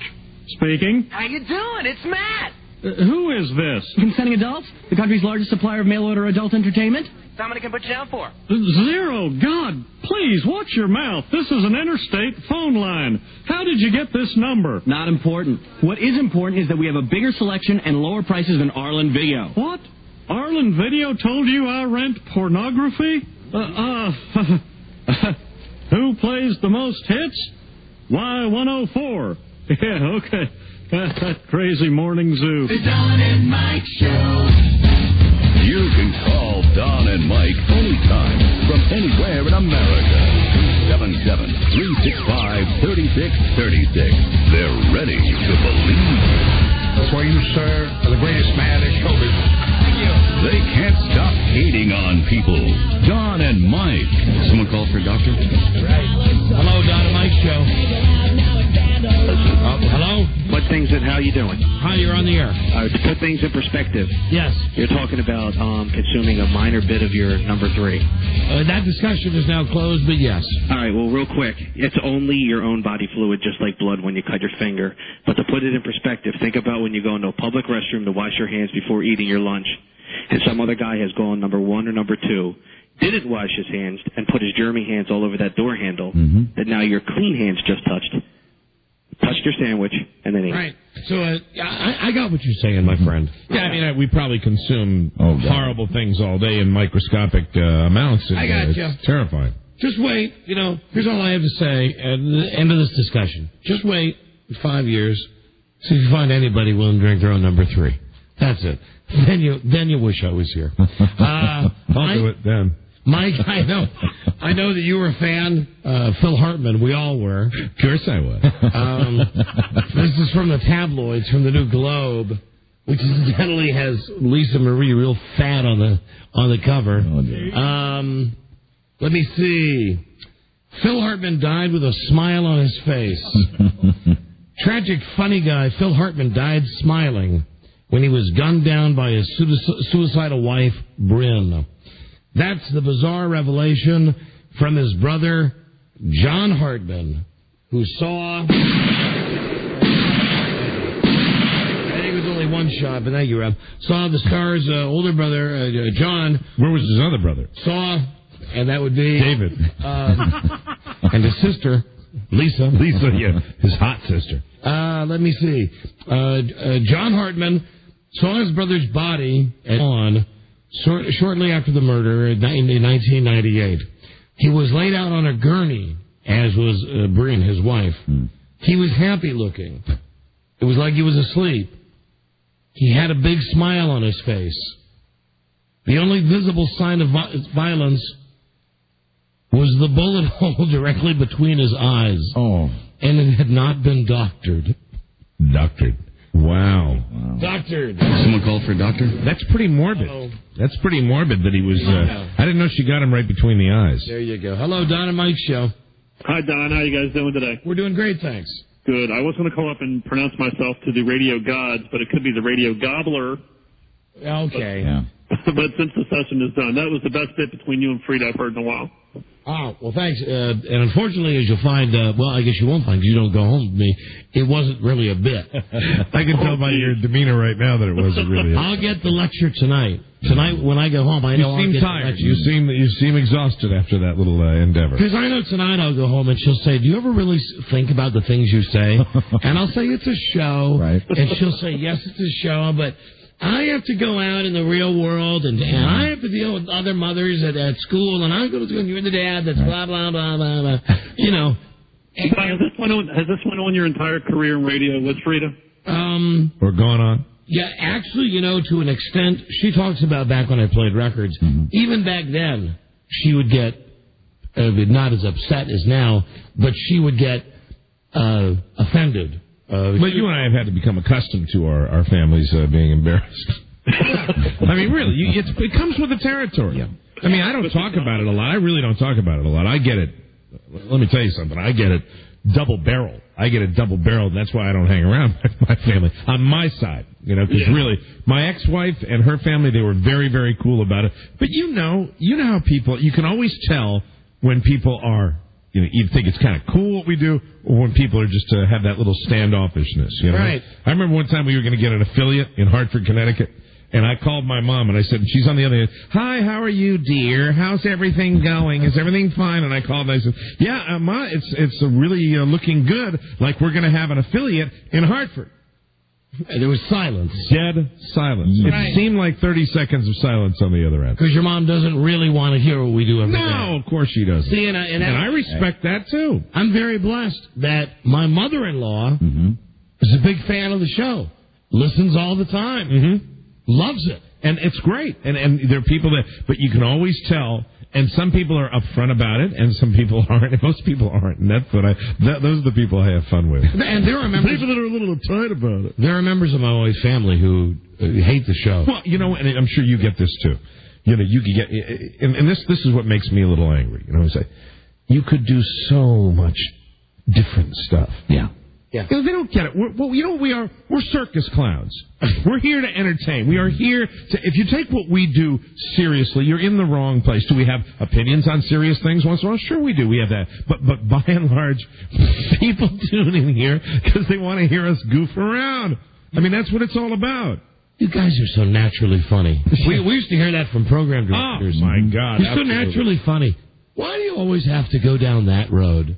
Because that's the fun road to go down. And that's the road that makes us laugh and has for 18 years, and that's what's funny and what makes us laugh. And I told you, I was in that theater watching Kangaroo Jack, with a theater of like 5-year-olds. When the kangaroo farted, I mean, there was the biggest laugh, and it still makes me laugh. It's funny, lowbrow funny. Hello, Don and Mike. Yes, Don? Yes. And Mike. Hello. I love your show. Been listening for a long time. I have a question for you, Don. Yes. I feel sorry for you because Here we go. You provided a phenomenal lifestyle for your wife, and all I can say is she must have the best cat on the face of this earth because you still live with her. Nothing you do is right. Nothing you do is good enough.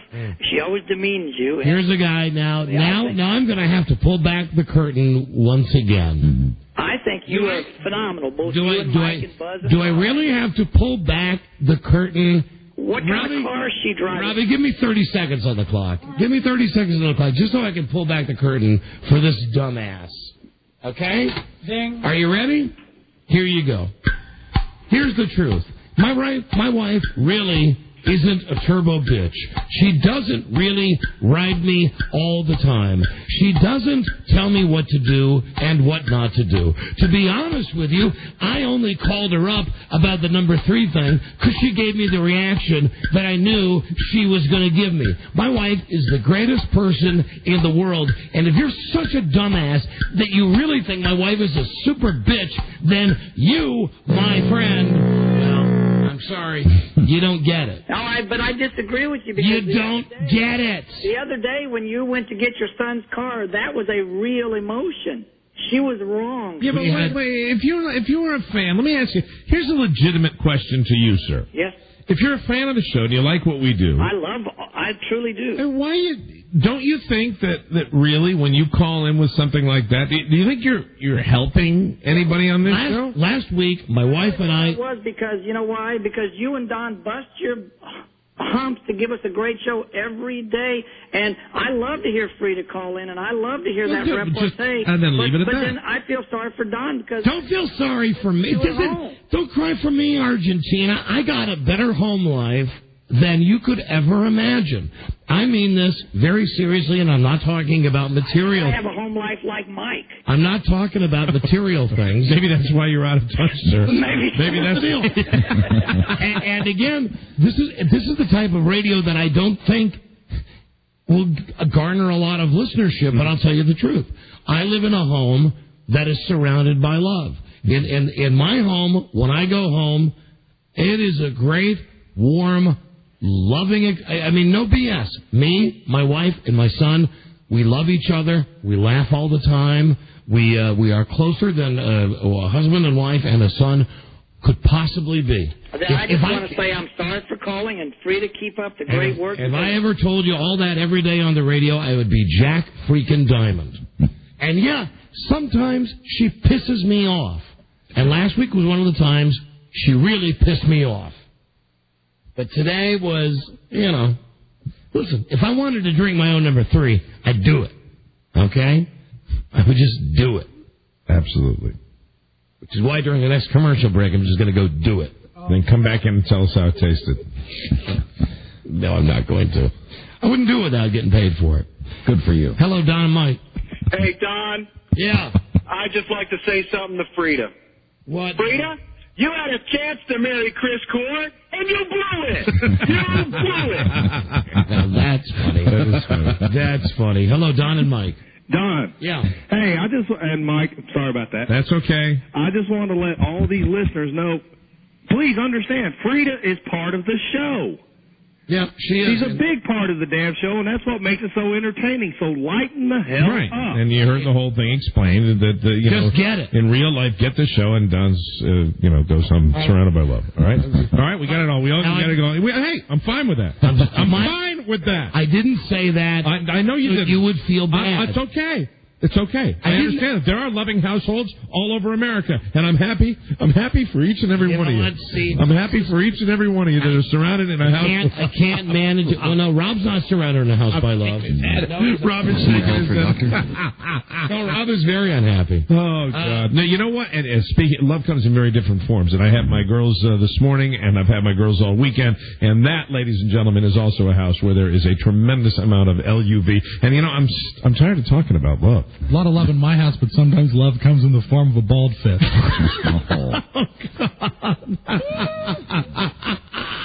I mean, really. Love hurts. Oh, my God. If you guys, all you idiots who think my wife is a turbo bitch and I'm pussy whipped, if you knew, if someday I really ran a tape on the stuff that goes on at home, right, and you heard all the...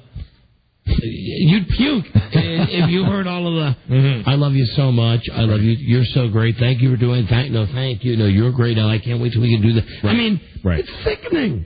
It is sickening how happy we are. God, I'm glad I have this show. So I can say she's a bitch. You know, because really, well, like 20% of the time she is. Oh, now you keep talking, you're just going to get yourself in trouble again. Hello, Chris? Yeah. You got fired? Yeah. From which job, dude? Sherwin-Williams. Well, that was your second job anyway. You still working at the Walmart? Yeah. All right, so things are okay. Well, they fired me for some bogus reason. Well, what was it? Because they said I touched this girl's butt. Oh, hold on. Oh, dear. That seems to be coming up on the show again today. we have to break again. We'll get to Chris, and the lady with the threesomes is here. So more show coming right up. Stay right there. This is the Don and Mike Show. That's right. I'm coming to your corporate headquarters. My plane gets in at 2, and we'll settle this deodorant thing face to face like men. What's your last name again, Phil? All right. I'll see you in 5 hours, Mr. Lacio. The Don and Mike Show. They love the Arbotron. Don Geronimo and Michael Mara. Yeah, we got our sex music going here, our porno music. Yeah. Gonna bring the threesome lady in just a second. But first, this is a gift from Chris in Seattle. What happened to Sherwin-Williams? Chris? Hey, guys. Hey, dude. All right, why'd you get fired from Sherwin-Williams? God, what a story. Well, you see you touched somebody's butt? Well, that's what she claims. And I'm moving 5-gallon buckets around, right? And you guys have seen them before, I am sure. The big plastic ones? Right. That's correct. And so I'm moving them down the ladder, right? And then I walk around the corner and set them down, and I bumped into her, and she almost fell. And I grabbed her, like, by the waist so she wouldn't fall. And I guess she told the boss that I grabbed her rear end. And you got fired? Yeah. But now you still have the other job, right? I know, but now I can barely make ends meet, Dawn. So they didn't give you any kind of hearing or explanation or anything? They just, you were out They said out on I the was street. inappropriately... Touching. Yeah. And I've never touched anybody's butt like that at work before. And now... Did you touch it outside or inside? What do you mean, like in her butt? Yeah. Yeah. No, I didn't touch her in her butt because then I have to go through her pants and then Chris, I was kidding, Chris. Yeah. Was she attractive? She was very erectional. Did you see that comment alone?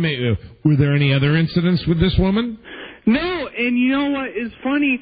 She wasn't the one who complained because my manager was right there next to us, and he's the one that took me aside and said, "Now, Chris, this is the kind of stuff that's not tolerated at work." And I asked him what he meant, and he said, "The way that you touched her." And I said, "Well..." I thought you said she's the one that complained. She didn't complain. The manager was right there. And the manager saw you grab the customer's ass. No, not a customer. It was a coworker. Oh, yeah. a coworker. Do you think the manager's doing her? No. So I don't think so, because he's really fat. Chris, what's the other job you have? Walmart, and I'm only making $8.50 an hour, and now today, guess what I did today? I have no idea, Chris. I'll tell you. Okay. I had to go down to PMO, which is public, helping hands, and you know what they do? What? Guess what? They help people pay their power bill because I'm like 3 months behind in my power bill, and I wasn't going to have hot water. And guess what else? What else? Last weekend, or maybe a week and a half ago, I'm sitting in my chair watching TV a day before my TV got turned off. And I'm watching football. They turn your cable off? I'm watching some arena thing, football, and I smelled smoke in my house, and I went looking through the house where the smoke was, and I couldn't find it, so I called my landlord, and I said, something's burning up, you should get over here. And so we look around the attic and under the house, and to no avail. Doesn't this remind you of like listening to a Cheech and Chong album? Yeah. You know. And now guess what? What? This is kind of funny. Okay. Guess what? What? My heater burned up. My hot water heater. It burned up. That's where the smoke was coming from. Yeah, it was. It was coming from down Hold on. I got some other guy from Seattle who says he can tell us what you look like. Because, of course, Chris the Loser calls from Seattle. Greg. Describe yourself as bald and fat. Yeah. Greg? Don and Mike, Radio God. Hi, Greg. Welcome. Also from Seattle on KQBZ. Have you seen this guy, Chris, before? Yes, I have. I actually met him at the payphone when they were when you guys were trying to verify that he was there. Hey, buddy, what's up, man? You're the guy who works for the refrigeration company. That is correct. Remember, one of Chris's jobs was selling meat out of the that didn't go all that well, unfortunately. Well, why don't you give us a good description of Chris? Well, I just saw the actor who he best represents last night on Everybody Loves Raymond. Yeah. He was the sister of the guy that they're trying, the family that came. I don't know if anybody watched it. I mean, obscure. So your best description of this guy is, everybody knows the stoners at school and when you were growing up in high school. Sure. Okay? And there's always one guy, Joe, who isn't really the guy who is the most popular, but he's like one of those Klingon guys that tries to hang around the guy that's most popular. Like an Answer Me These Questions 3 guy? Something tells me you might have been one of those guys. Yeah. I'll have you know, I was pretty hip when I was in school. Now, who's that, Chris? That's Chris talking. I'm right here. I'm raising my hand. That's Chris. Now, if anybody else wants to raise their hand and tell us how cool they were, then they can just sit right behind the bandwagon, and I'll pull them around because I was the leader of my pack. All right, I'm getting rid of this other guy. Tell us what you look like. Yeah. So, Chris, you got fired from Sherwin-Williams, but you're still working for Walmart. Yeah, and I'm working hard down there. Yeah. All right. Guess where I worked last night in the store? Where? I hung up panties all night and bras and pantyhose. Hey, that doesn't suck, huh? Yeah, but the people wearing them are like fat white trash. Did you get any ugly single moms with their teeth falling out? Wow. They need panties. Did you get any erections? No. No. And you work the night shift? Yep, I work. Guess what time I work? What time? Midnight? Nope. Earlier. 11? A little earlier. 10? 30. 10:30 till 7 a.m. Yeah. Wow. And you know what? There's this one girl that I work with. You want me to tell you about her? Did you grab her ass? No, won't ever help. I'll just let them fall next time. Yeah. There you go. Yeah, there you Good go. man. And this one girl, guess what? I worked Saturday night a couple days ago, right? Saturday night. I don't know why we are drawn to this guy from Seattle. It is an awful habit habit that we've gotten into. Yeah, but he's fun to talk You to. guys said that you guys liked me last No, time. we do. We like you a lot. You always have something interesting to say. Well, you guys keep confusing me whether you like me or No, not. we do like you. We like you. I'm wondering if our audience likes you or Well, not. does Rob? Rob, do you like Chris? No. Rob doesn't like you. Someone called for a doctor? Doesn't like anyone. Why? Rob, I've always been nice and straight, candid with you. Rob, I think you ought to explain yourself to Chris. Why don't you? He's having trouble handling that. Robbie, here he comes now. Rob, you're one of the nice guys that's kind of quiet in the background. Whenever you say something that's really funny, it makes me laugh. Well, that's very nice, Chris, and thank you, but I don't care for you. I think you're a slacker. Why do you think I'm a slacker? I work hard. Well, obviously not hard enough if you're not making ends meet. I mean, go and try a little harder. Spend less time playing a little bit of grab ass and work a little harder. Bring home a little more income, and then everybody's happy. Right now, you're just sucking the energy out of your city. All right, Chris, listen. Check back. Right now, you've not hit rock bottom. No. You've still got the Walmart gig, a cherry gig. We like hearing about your life and how everything's going. I don't have TV anymore. That's all right. More Guess time to why? work. Yeah, but Chris, don't you get like regular Channel 2? No, I don't get Channel 4, 5, 7, and 11 because I don't have an antenna, and my TV went off because I ordered like $150 worth of pornographic movies, and so I they turned off your cable.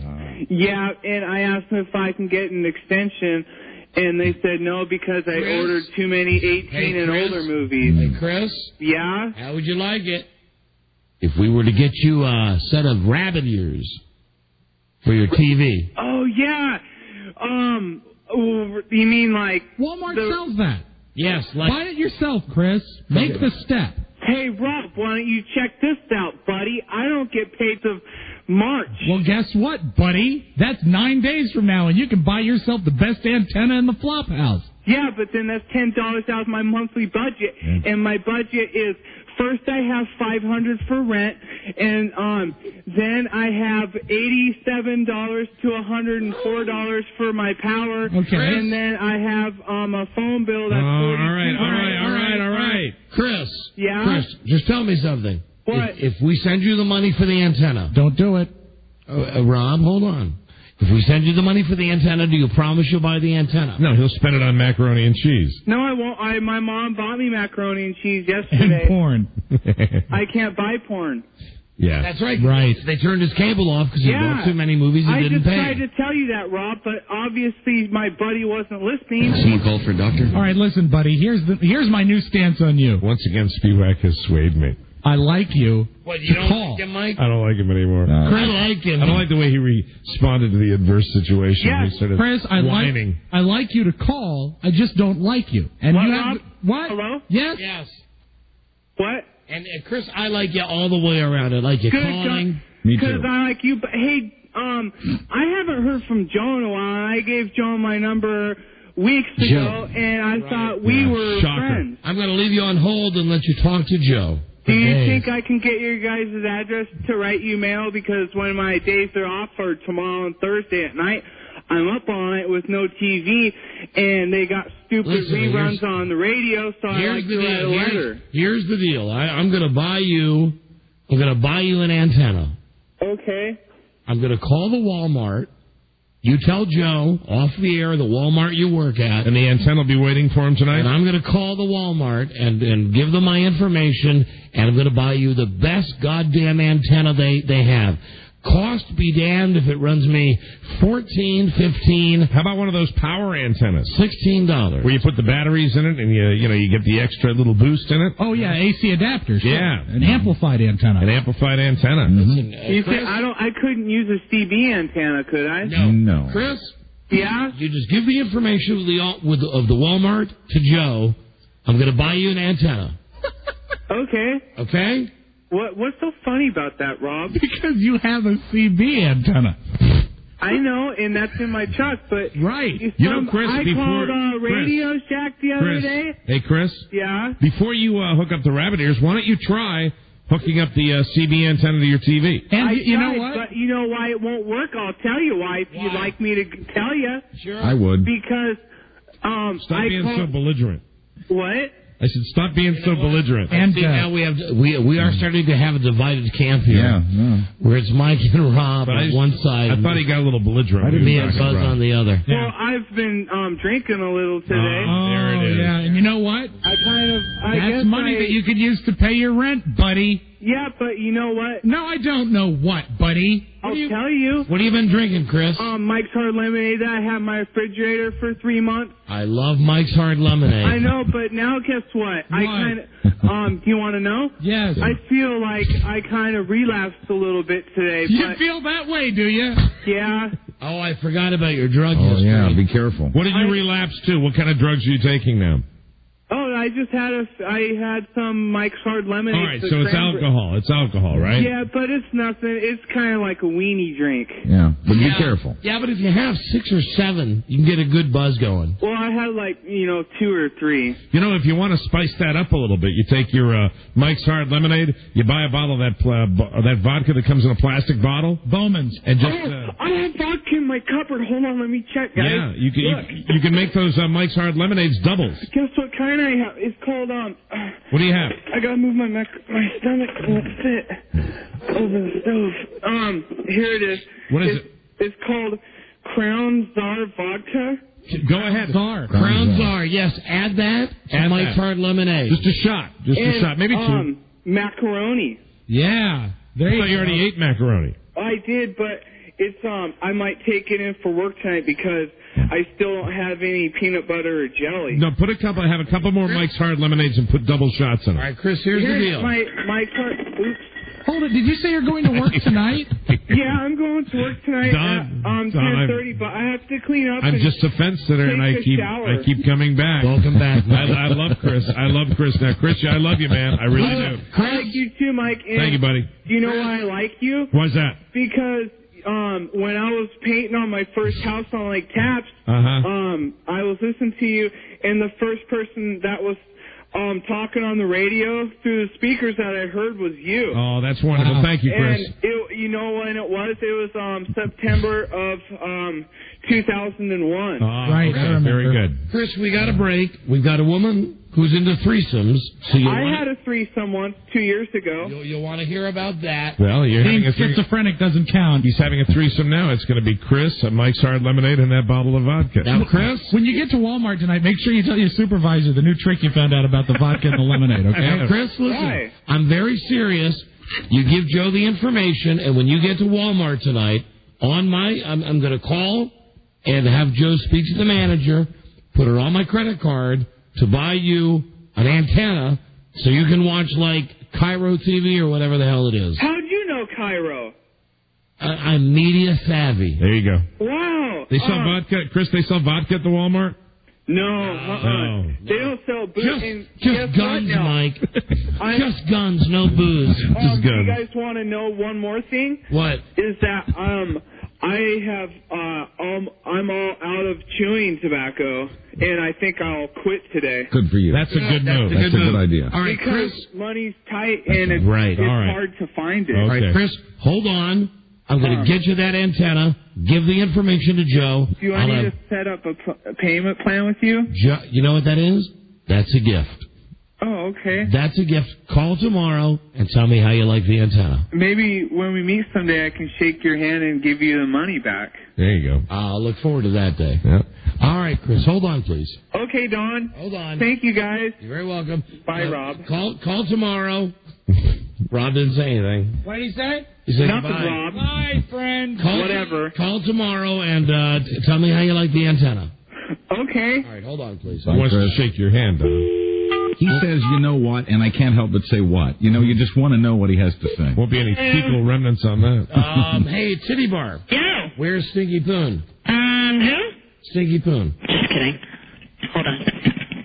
He's right there. Stinky Poon. Okay, I'm not kidding about this with this guy. Right. Find out the Walmart that he works at in Seattle. Gotcha. Then come in and get my credit card number. Right. Call the manager up. Uh-huh. Find out Chris's last name. Okay. And, don't spend more than like $50. Okay. But get him a real nice antenna. All right. Okay? And have him call tomorrow. I'd like to find out how he likes his new antenna. Very good. Very good. All right, Joey. You got it. Joe. There he is. Joe. There it is. Excellent. Yeah, I liked him. Then I, when Rob started fighting with him, I thought he got belligerent. And then, when he went into his liquor cabinet, I like him. Fell in love with him again. I like him. Hello, Don and Mike. Hello. Hey. You talking to me? Yeah. Okay. Yeah, I wanted to say I like Chris, and I think the reason I like him is because he reminds me of Tommy Smothers' routines. Except I don't think it's a routine. I think it's real. Yeah. I think it's the real guy. I mean, I think he's really challenged in his own little way. Don and Mike, yeah. Little tardy. Damaged. Hello. Hey, guys. How you doing? Hi. Hey, you want to know what? What? I really like that Chris guy. On my spirits, Guess he what? actually lifts me up. I'm saying goodbye. Guess what? He does say that a lot, Buzz. He does, and we walk right into it. We love Hello, it. Don and Mike. Hey, Don Mike. Yeah. Hey, I really like Chris. I think you guys ought to keep him around. Are you sure he's not Spicoli's kid? I don't know. Everybody seems to like Chris. Hello, Don and Mike. Dude, that Chris guy kind of sucks. See, not everybody likes him. All right, not everybody likes him. Hello, Don and Mike Show. Don and Mike, Radio Gods. Hey, there's been a lot of turmoil today in the show, and just want to spread some love. This is Cheryl from Wichita. I got my check today. I was a Secret Sound winner, and thank you, Radio Gods. Very nice. Wow. Outstanding. Thank you, Cheryl. Thank you, honey. Thank you very much, and love to you, okay? And hey, I did watch the Carney show just so I could see Frida, and she is beautiful. Thank She's you. a gorgeous woman. Agreed. Kudos to you, Don. Except she won't come up here and do the number 3 thing with me. Right. Oh, my heck. Well, that's okay. Hey, Mike, Yes, ma'am. can you tell RJ I said hey? I will, most definitely. Mike's Thank Butler. you very much. Yep. Mike's Bye-bye Butler. now. Raymond Diaz. Fascinating. The sex music is out, and I'll tell you why. In our next break, we're going to be joined by... What's her name? I can't... She wrote a book. Doesn't have her name on Is it on the front page? No. Simon, something like that. Hold on. Do we have her name, Lisa? Crystal Seibenheidel. Crystal Seibenheidel? Heidel. That is her name. She has written a book about threesomes. Oh, yeah. She's into threesomes. She got a website, Sexual Triads. Seibenheidel. Sexual Triads, TRIADS, sexualtriads.com. And our next segment devoted to threesomes. Put it in. We'll be right back. This is the Don and Mike Show. Vivian's lithe and perfect body, glisteningly drenched with perspiration, lay momentarily stretched out. Her head and shoulders were bent almost double, like an animate figure 6. In its classic and momentary immobility, her body might have been likened to a classic Grecian sculpture. Complementing this, and equally as artistically attractive, was the bronzed, powerful body of the man. His lower limbs were almost outstretched. His upper body was inversely twisted into a complementing duplicate of her pose. Fleetingly, the pair could have brought to mind an advertising poster that might use classic figures bent in shapes of numerals. He lay a panting 9 above, beside, and around her, encompassing for the fleeting moment her gracious 6. The Don and Mike Show.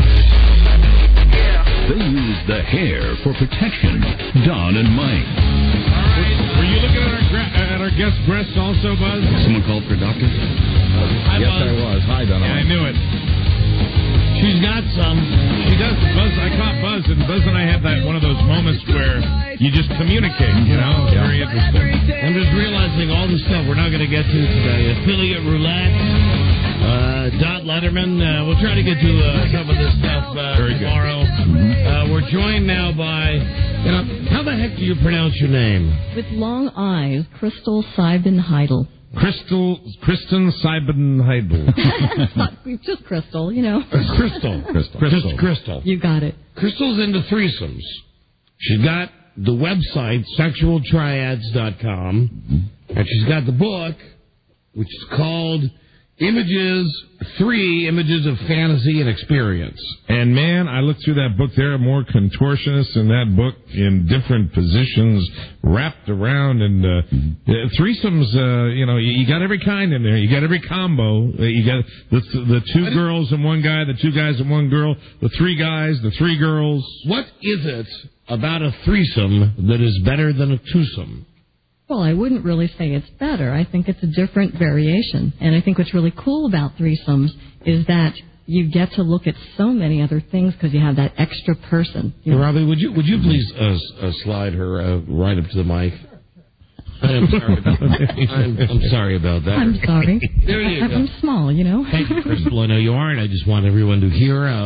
Buzz, the celebrity you think Crystal most resembles? Crystal, can you turn and face me, please? Buzz is probably... Yeah, that's a tough one. Well, I don't know. I'm stumped. I don't know who that would be. Dana Delaney? She's brunette. Mm-hmm. Attractive. Yeah, Dana. Kind of little auburn hair. Right. Buzz is normally very good at this game. You see, Buzz, among all of us, is the one who is probably the most... free sexually. He's swapped. He and his wife, they've been married over 25 years, but at one point they went through a period in their relationship where they swapped.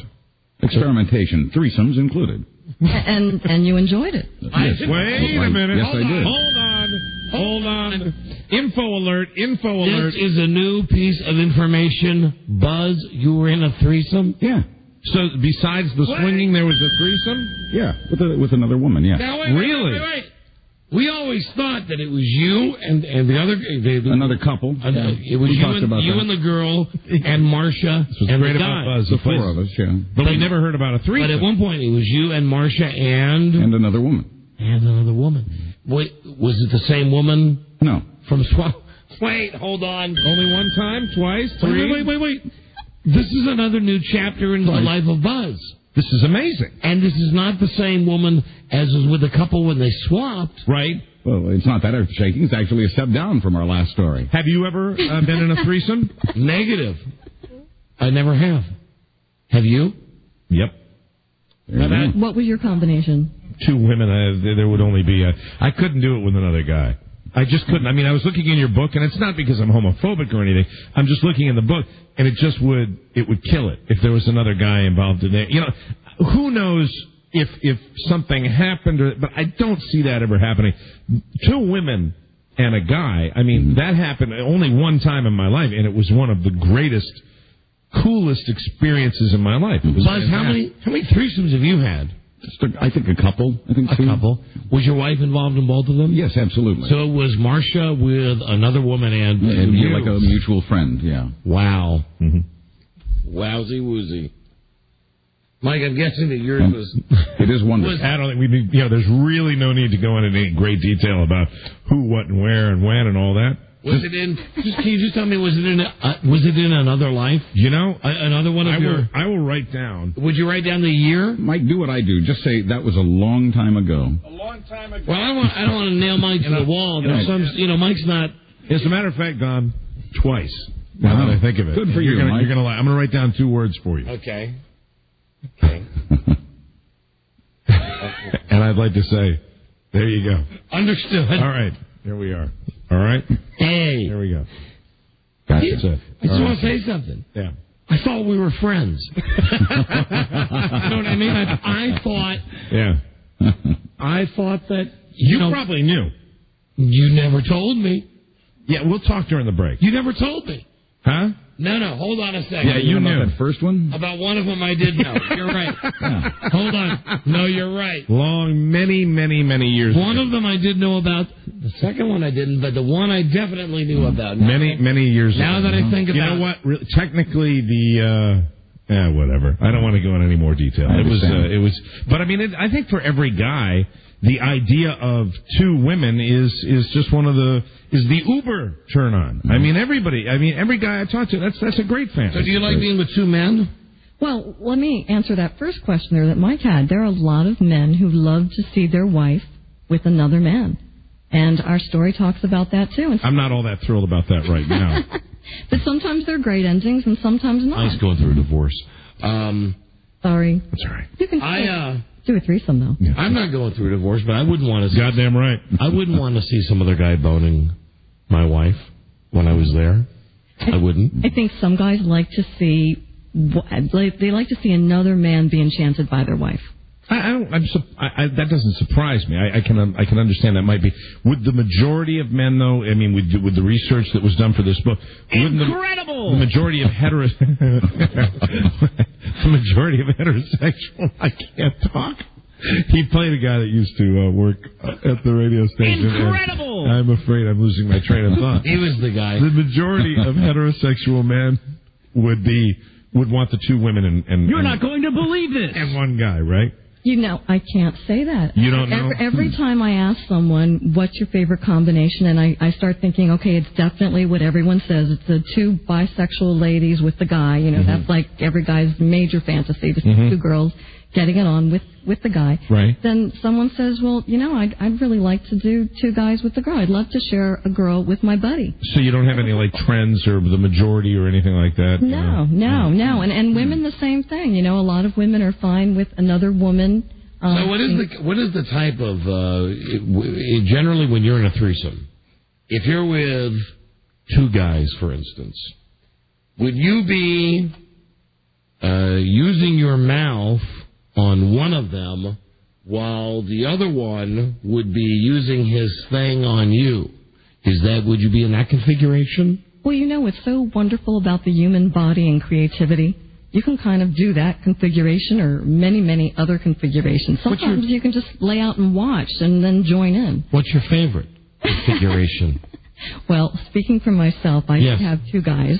You like two guys? And I was with the two guys over 3 years. We did it about 5-6 times. Yeah. And we just got more creative as time went on. What's the most creative thing you did with those two guys? Oh, gee. Probably when we took the videotape out. No. With the camera. Really? Did a little camera thing? Yeah, we did a camera thing. Did you all get copies? No, that's kind of something we talk about in my story. There was a switch done, and I don't know where the video is. Oh. We don't know what happened. That doesn't bother you, though, does it? I'm looking at you. That doesn't bother you one little bit, does it? Well, no, I would like to know where it was. You'd like to know where it was? Definitely. Yeah, all right. How do you handle if you're with two guys? This is a topic that came up earlier on the show, the number 3, what we call, man's, what? How do you handle when it's that time for a fella? Do you allow him to facials? Of course, if you got two guys and one of them's pumping you, and you're... I love when you try to formulate these questions, you know. This is when your childlike curiosity is... do you ever end up just dripping? You know what I mean? Like, I'm thinking of pornos. Yeah, well, that's what I think of, too. I think most guys do. Do the guys ever, do you just stand there and they go, you're the target, and they go, okay. Well... Actually, we have a story that talks about that pretty much. We have a couple. They went to a weekend retreat, and they ended up picking up a guy. And the husband writes the story. It's called My Love. And he talks very much about how the other man is doing his wife and how that's happening and how then, he goes in afterwards and how they share that moment together. And then they talk about the jealousy. There obviously was some jealousy with that, too. But, yeah, she and they both cleaned her. They both washed her. Talking about your earlier conversation, Don, I have to ask you. You said you're how old? I'm going to be 45 in September. And, honey, you never, ever had a taste of yourself?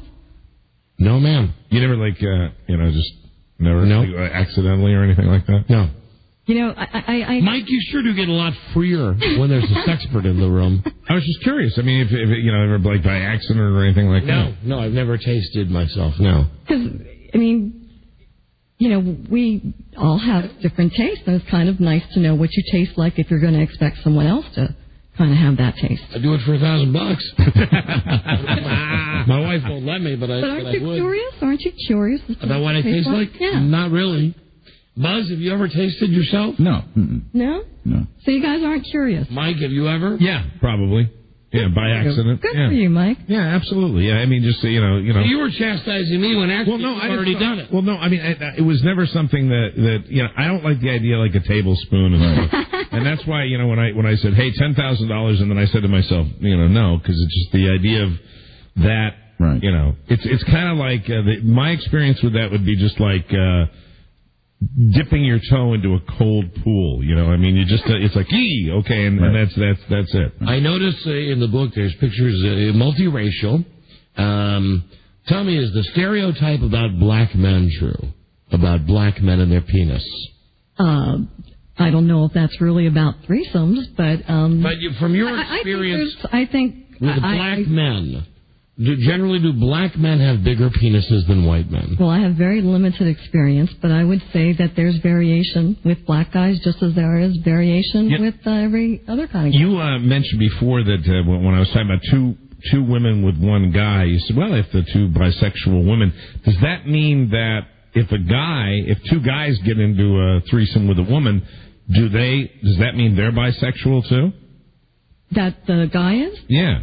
No. Okay. No, and it doesn't mean that the women are bisexual. Oh, so really, you can have two women that just really have nothing to do with each other. Exactly. They just are both in the bed with the man, and they both have relationships with the man. We that was pretty stupid. Now that I think about it, we have a really, really wonderful story called Kahlua and Coffee, where it's two sisters during a hurricane in Florida end up having a rendezvous with a young man, and they share the sisterly moment with this one guy. If you were with a guy and there was another girl. Or maybe you've done this. Would you make out with another girl in front of a guy? Have you done that? Myself? Yeah. I'm not courageous. Just like you're not courageous enough to taste yourself there, I'm not courageous enough yet to have another woman touch me. I'd like to have more. I think I haven't had enough men yet, or enough of a man, I should say. But I bet you edited this book, and I think I made the comment when I saw this book looks to me to be skewed towards two guys, one girl. At least the pictures that I saw. There were a lot of pictures of two guys. There's a lot of pictures of three guys, too. Yeah, three guys. And what is that? And we've got a lot of pictures of three girls, too. That picture looks like, what are they doing? And is that an elephant impression that they're doing there? What's going on there? This one. Well, no, we have to say, okay, the book is basically an anthology, so we have 14 different stories with different points of view, but our pictures, too. The book you're looking at was the first galley, and then we did 3 other photo shoots where you have some pictures that I handed over there. And I've got these pictures. And we've got 7 photographers, and you're right. In the beginning, I don't think it was because of any bias on my part, but we noticed that the pictures that came out the best were the 2 guys and the girl. So we decided to do some others. And then we had some real artsy ones and then some real sexy ones. Given the choice, would you rather have sex with one guy or with 2 guys? Oh, that's so tough. At heart, myself personally, I'm monogamous. But then, given if I would have had a really long-term, wonderful monogamous relationship, would I want to, do like Buzz did and adventure a little bit? Let's think about the word monogamous. If you're sitting there and you're in a committed relationship and you're in a married relationship with someone, and you bring another person into that, does it still count as monogamy? I think, the terms for today's world are so different that you really can't say. I think so. I think if people, I think most people would want to know that you're telling the truth and being honest. And I think a lot of people who are swingers, which threesomes isn't really only about, but people who are swingers or swap, they're being honest. At least they're not cheating, Yeah, it would seem to me that if you brought another woman in and your wife was there and she knew what was going on, that you're not really violating any trust, and that's what monogamy is all about, right? But, sex is sex, and we are emotional creatures, and I don't care if someone says they're just going to have sex for some fun. You're going to have some emotion, and there's jealousy, and you have to learn how to deal with it, or it's not right. Do threesomes screw up a lot of relationships? I think they can. Mm-hmm. Like I'm thinking right now, there's a friend of my wife's. I'm going to write her name down. All these guys know her. Yes, I already know the name. You already the name. Okay, Buzz. You know the of name. Course. Robbie, you know the name. Okay. And now, I see the name, but I won't say it. Okay, don't say it now. There's another name you should be writing down there too. I can't think of it right now. Sarah? No. There's one other. Oh. Yeah. Buzz and I recently. That name? Yeah. Yes. Okay. So, but anyway, my wife has these very good friends, and here's what I'm thinking: that Yeah, I think about them. Everybody thinks about stuff like that all the time. Here's my point. First of all, I don't cheat on my wife. So I couldn't have sex just with these women. But if I was, alone with my wife and one of these other women, I think I'd like it. You don't think you would? I mean, if there were two women? No, if it was Frida and one of the women that I've just written down. Right. Who there's no doubt, at the very least, I've wondered what they look like naked. Right. Okay? I don't think I'd like it. I think... Would you be nervous? Yeah, here's the point that I'm trying to get to. Why wouldn't you like it? Would you be uptight about appearing to be into it too much with the other person? I'd be uptight about Frida being there. Yeah. I don't think you're abnormal. Totally upset. I don't think you're abnormal. But I would, I don't want to say I want to bang these women. They're friends of my wife's, but... I think in both cases, if you're bringing another woman into the bedroom, your wife has to be just super honest and super cool. And if you bring another guy in, the husband has to be the same way. I mean, otherwise it's not going to work. It's not really going to be. That's why I think if a wife, and who am I? I mean, I'm separated. What do I know about a marriage? But I'm telling you, if you have a couple and the husband is kind of forcing the issue, saying, "Hey, this will really spice up," I don't think that's good either. Now, would this count as a threesome though? Because this will work for me. If my wife and this woman put on a show for me, and all I was doing was watching, that would appeal if I was in a similar situation, if I was still married. That type of situation would be far more appealing to me than me even getting involved. And I think you're not alone in that. Would that count as a threesome if I was just watching? We have a story called A Few Things I've Learned from Mirrors. It's a San Francisco writer whose name is Bill Noble. Most of our writers chose to be anonymous, but Bill is a professional writer, and he felt very comfortable about having his name out there. And he did have that situation with his wife and actually his girlfriend. They have a very open relationship, and he thought things were hunky-dory all along. They all knew each other, and they one night he came home, and they had dinner, and they said, take your office clothes off and come on into the bedroom. Baby. And that's what he said, See, that would be... Wow. I mean, if your wife was into that type of thing, and I read an article the other day that said women might not admit this, but about 25% of married women or have had bisexual experience. And if you're just sitting there, and watching the show, it seems to me, no pressure. Squeeze a couple of calls that we have to break, and then we'll take more calls. And we have to give you the sex quiz as well. Mm-hmm. Hello, Don and Mike. Hi, guys. How you doing today? We're doing great. Good. I love the topic. This is awesome. Who doesn't? Hey, listen, this reminds me of the summer incident, I think, where Marcia came over to swim and changed her bathing suit. Do we think that some of this could have been shown earlier? I'm lost. I think you're getting women mixed up. My wife's friends mixed up. But there's no doubt that was Sarah. That was our British neighbor, Sarah.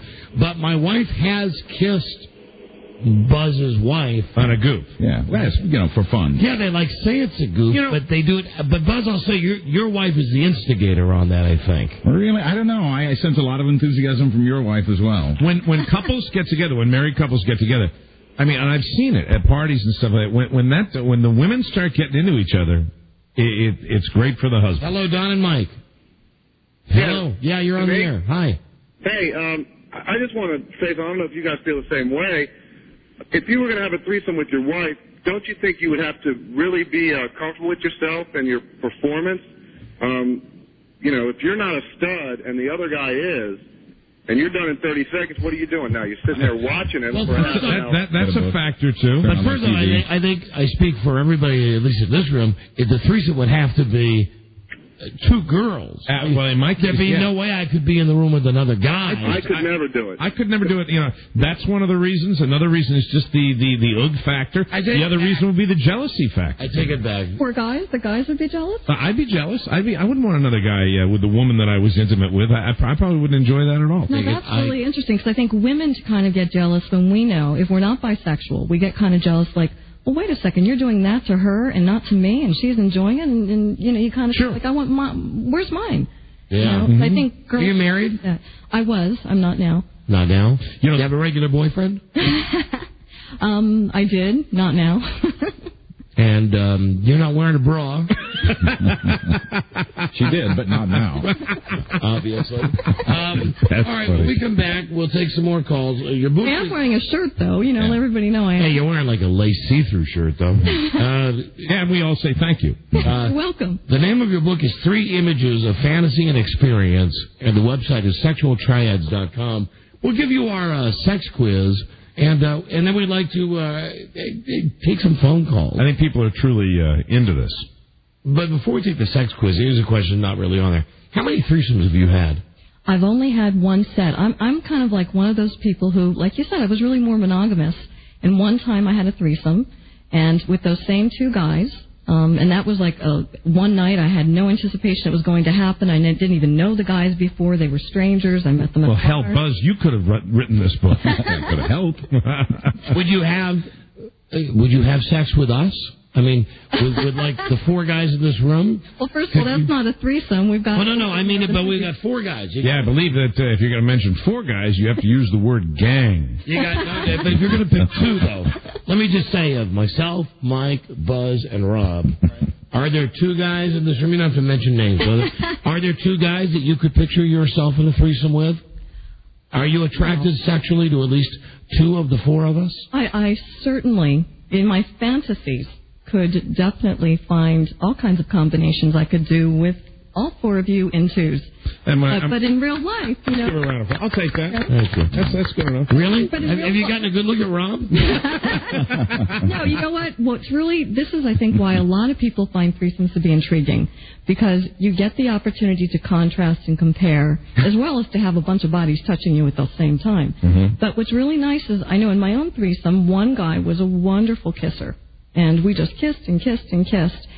And the other guy was better at some other activities. So it was nice to have flavors from... Sitting in the corner and working his man. Or eating at the Y, is that what he was doing? What does that mean? Eating at the... Yeah, he would... down there. On you? You know, for myself, and I write about this in my story, I have kind of a taboo about that. Now, I've tasted myself, and I taste pretty darn good. Mm-hmm. And I only did that till, I'm 43 now, and I did that when I was like... It just doesn't get any better than this. No, it doesn't. Anyway, so it's not, that's a problem, but I find that to be a very intimate thing. I would rather have someone have intercourse with me than to taste me, because I just think that, you really need to respect me and really know me if you want to know my... I have to give you the sex quiz to find out what you're all about. And we'll do that and take your calls when we come right back. This is the Don and Mike Show. Sex is not a dirty thing. Sex is not a crime. It's a loving act between 2 or more consenting adults. To quote our president. The Don and Mike Show. You can call Don and Mike anytime from anywhere in America. 877-365-3636. They're ready to believe you. The new intern? Extraordinary. Wouldn't I like to give her the old pork sausage? Hello, Jimmy Dean. They're dope on the floor, and they're magic on the mic. Don Geronimo and Mike O'Mara. All right, we're back with Crystal. I'm going to butcher your last name again. It is... Simon Heidel. Simon Heidel. And her book is called 3 Images of Fantasy and Experience. Said it correctly? You said it perfectly. And website, sexualtriads.com. Crystal is into threesomes. Written a book about threesomes. Let's get a couple of calls, and then we'll give her a sex quiz here. Here we go. Hello, Don and Mike Show. Hello? Speak to us. It is Don Mike. Yeah, you're on the air. Hello. Hey, I got a question for the good doctor. My girlfriend... You're not a doctor. I'm not a doctor. I'm a student of sex. Good. Oh, okay. Sorry about that. I like people assuming it's a doctor. That's funny, though. I mean, it's an easy mistake. Sure. Sorry about that.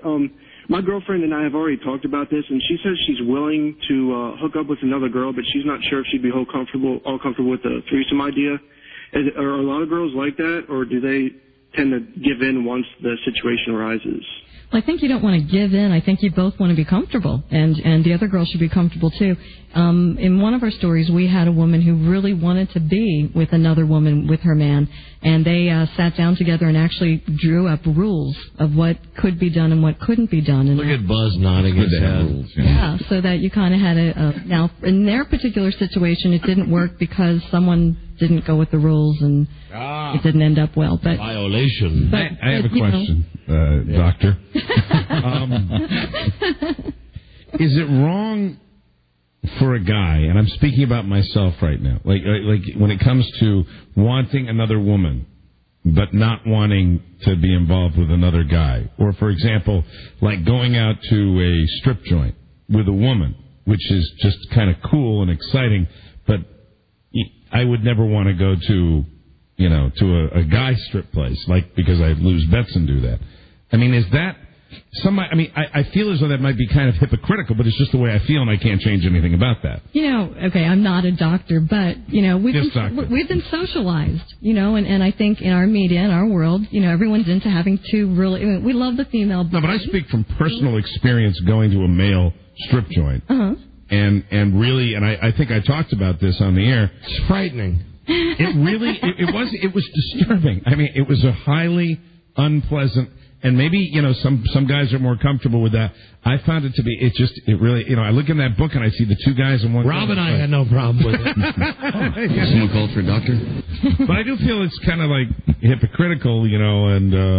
Don't worry. But it's all about if the woman's, wants to go out and see the women, then that's cool, then it doesn't matter. I think everyone should do whatever they feel comfortable with, but understand that somebody else might have a different point of view. And we talk about, there are some guys who, in fact, we have one story, as I'm stuttering here, of a guy who's really macho. Totally macho. He's done all the threesomes with girls. He just loves it. And he has and he has this employee who says, come home with my husband and, let's do a three. And he's thinking, fine. Alan. Well, the guy touches him, and he ends up liking it. Alan. So this would be our boss, Alan, touching Buzz. Right. So the guy touches him? Like his Schwanstucker? Well, he actually gives him some oral. And, man-on-man oral? We didn't know it was him at first. So he didn't realize he was bisexual until he had that experience. Right. So you mean he was just in this pile of people, and he was getting oral, and he didn't realize... It was feeling really good, and he looked on down, and it was... the guy. It would be at that moment, I believe, that my penis would fall off my body. Hello. That happened. Don and Mike, hello, you're on the air. Hi, Don and Mike, Radio God. Howdy.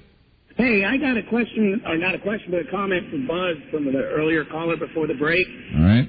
There was an instance this summer that Marcia and Frida were changing before they went out to dinner. That's right. Actually, it was at my house, but I do remember that. Okay. I love the show historians. Mm-hmm. They're very accurate. Yeah. Thank you for keeping track. My wife and Buzz's wife. And I guess you're right. Yeah, that was at your house. Disrobing. My wife actually was disrobing and changing in our bedroom with your wife. Now I remember the story. Yeah. Your wife was naked in front of... Your wife was in our bedroom. Yeah. I remember that. Yeah. Hello, Don and Mike show. Hello. Hi, you're on the air. Hi there. Oh, hi. It's Sarah. Yes, hi.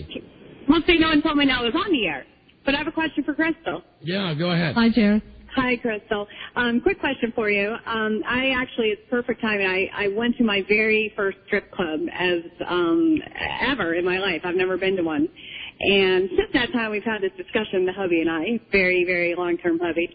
And just wondering, do you think it's a good idea to actually, jot down, because now that I know that there's more than one scenario, so to speak, I mean, there's all kinds of things you guys can do. Is it better to, have a little contract? Because that's what I worry about, the other guy saying, oh, maybe we could push something up into, or set something up for the other guy. So, I just get nervous about getting in. Not sure. You can tell people they're stupid we have no problem. I don't understand. Honey, we don't understand that question. You're saying another woman, or? Well, the reason why I'm reeling is because, of course, I'm so nervous saying this, but, what do you want? I worry that if we start a threesome, it's not going to turn out the way I want. I mean, I have a fantasy in my mind, but can you actually get that wonderful... What is it you want? What is it you want out of the threesome? Oh, gosh.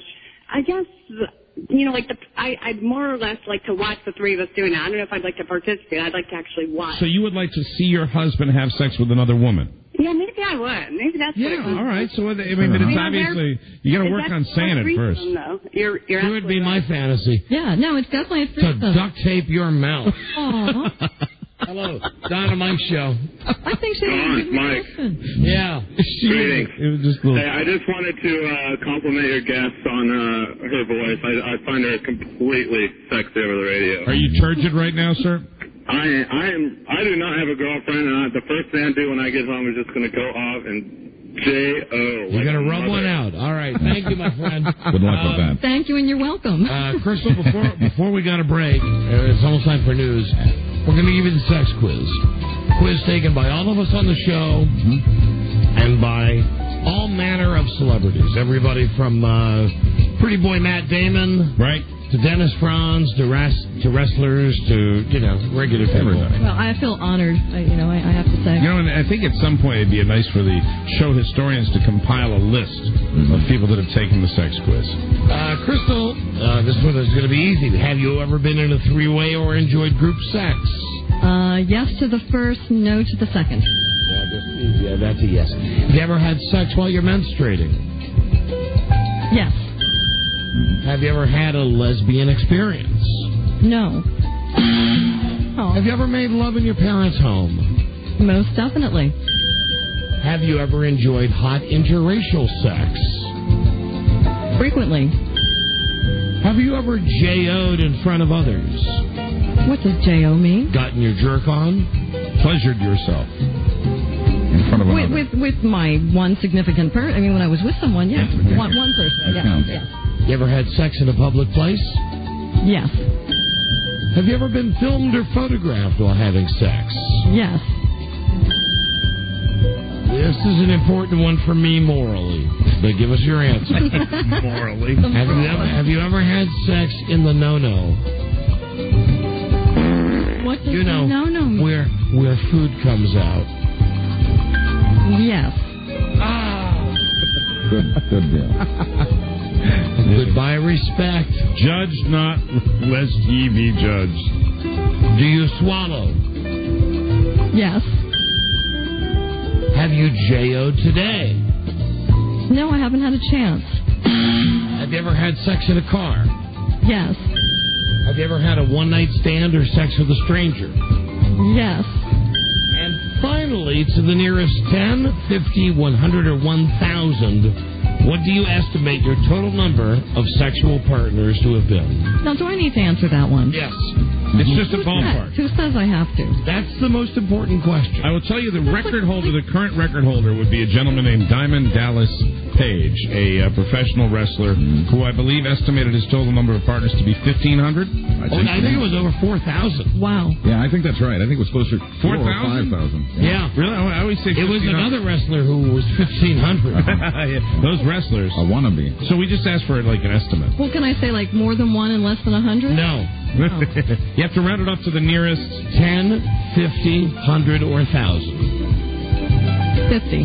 50. All right, Buzz. What's the total looking like? I think we would have been disappointed if Crystal's score wasn't at least as high. She got an 11 with 11 yes answers and 50 partners. Congratulations, Crystal. Good job. There you go. Crystal, your book 3 Images of Fantasy and Experience. Go to Amazon.com. Actually, no. No? No. You need to go to the website. We are a grassroots book. Gotcha. We need to we want people to participate. Well, then F Amazon, right. Power to the people. Right. Amen, brother. Go to sexualtriads.com. And I will call personally the first 400 people to call. I will call them back because they'll be a part of the book, and they can be a part of the book. Oh, I can tell there are a lot of guys out there in the land of the Beach Towel Club that are going to probably like that offer. Yeah, we are telling people they can actually tell us up to 12 words, initials, dates, and they will be in the book. Very good. I hope you're ready for a lot of hits on that website.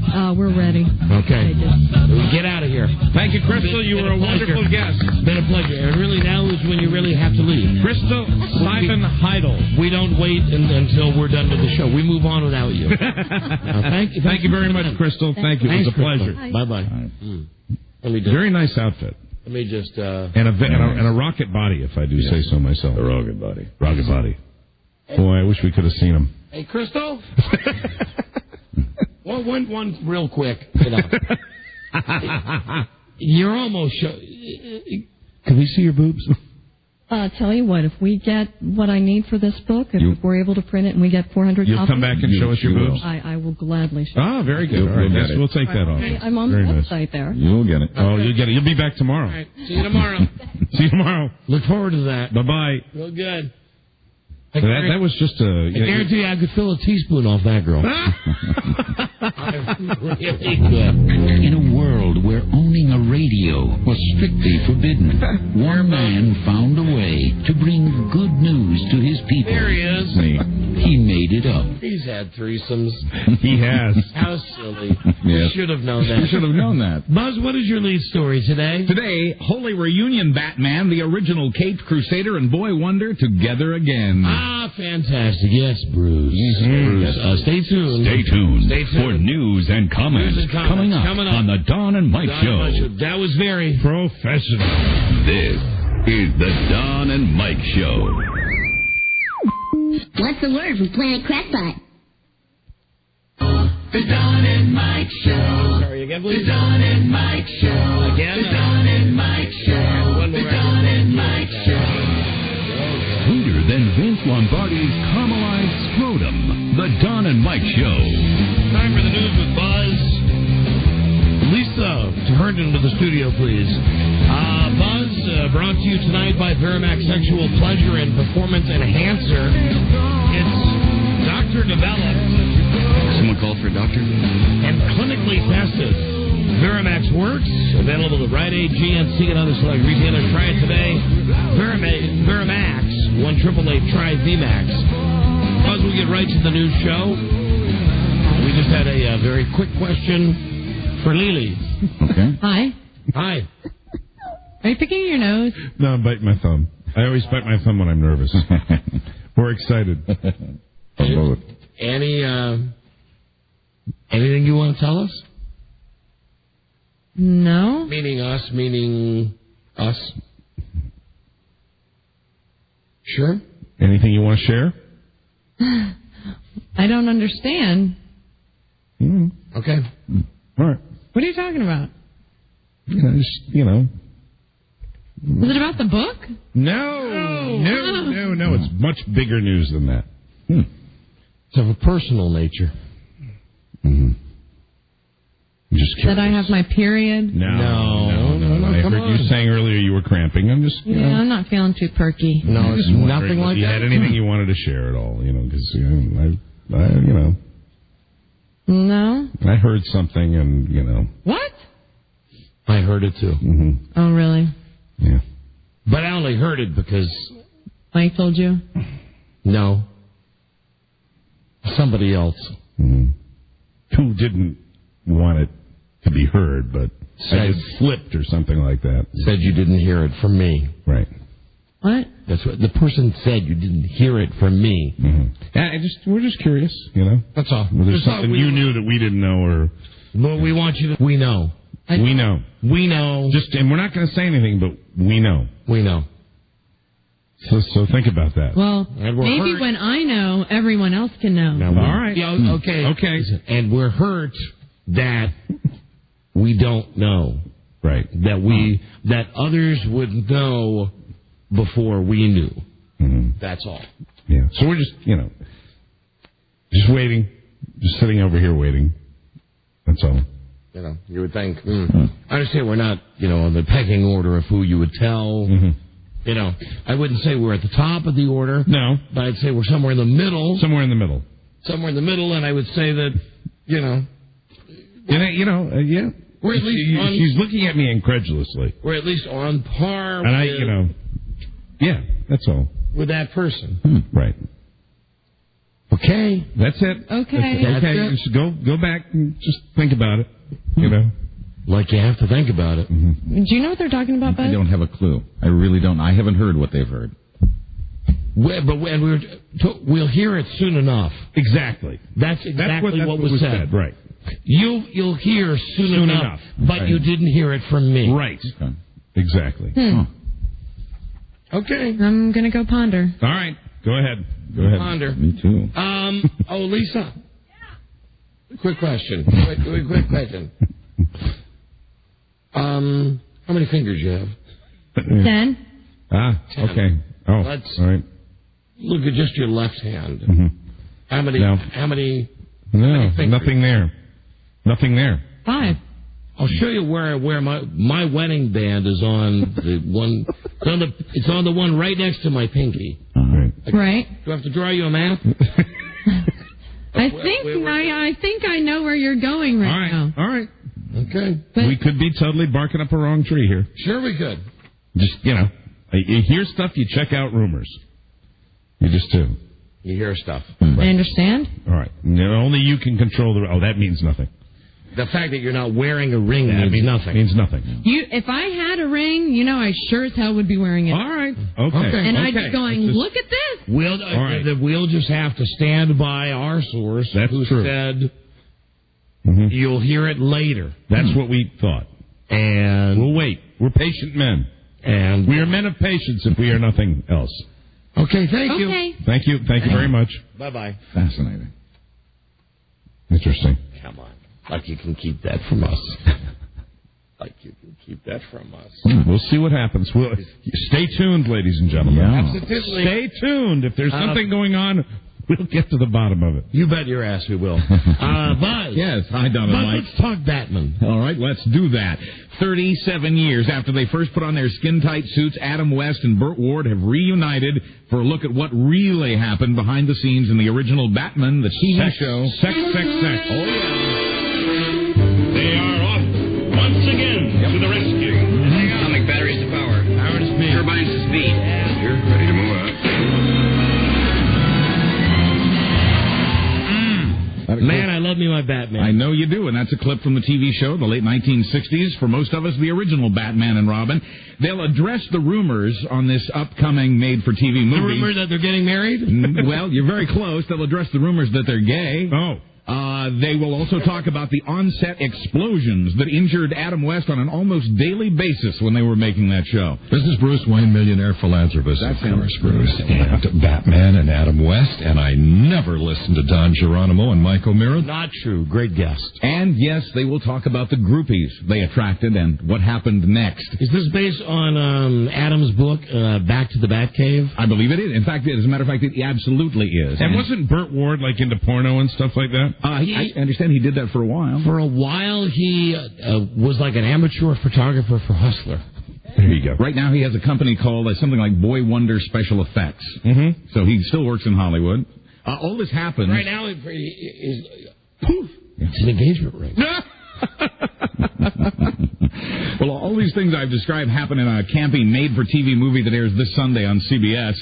Adam West and Burt Ward will be joined by Riddler Frank Gorshin and Catwomen Julie Newmar and Lee Merriweather.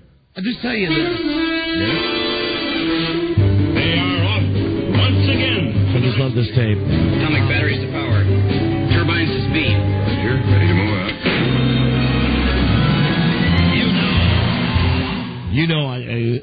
Passions in my life. Mm-hmm. My family, of course. Mm-hmm. Right. The Green Bay Packers. Mm-hmm. And Batman. Right. Batman. I have the Batman tattoo on my shoulder. You love Batman. We've had Adam West on the show. I've got Batman uniforms at home. Yes, I'll never forget one Halloween when you got drunk and ran around in your Batman suit. It was the best party we ever had. Anyway, listen, I'm nuts about Batman. Mm-hmm. I'll tell you why I think this show's going to suck. Really? They've had it in the can since last fall. It was supposed to run during the November sweeps, and they never pulled it out. It's a good sign when they wait until the week after sweeps is over, isn't it? Yeah, it was supposed to run last November. Yeah. So something tells me... something's wrong with it. It ain't that good. Right. Yeah. And I read the book. Mm-hmm. The book's pretty good. He writes about getting laid all the time, Batman. Right. Batman did? Yeah. Adam West did. Batman got laid all the time. Mm-hmm. Robin got laid all the time. Right. Batman drank all the time. funny pictures in the book.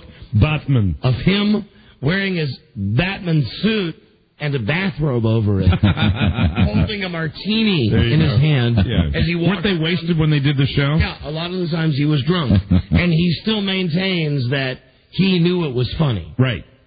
I believe that, don't you? From him, maybe. Yeah. But, from the other guys, no.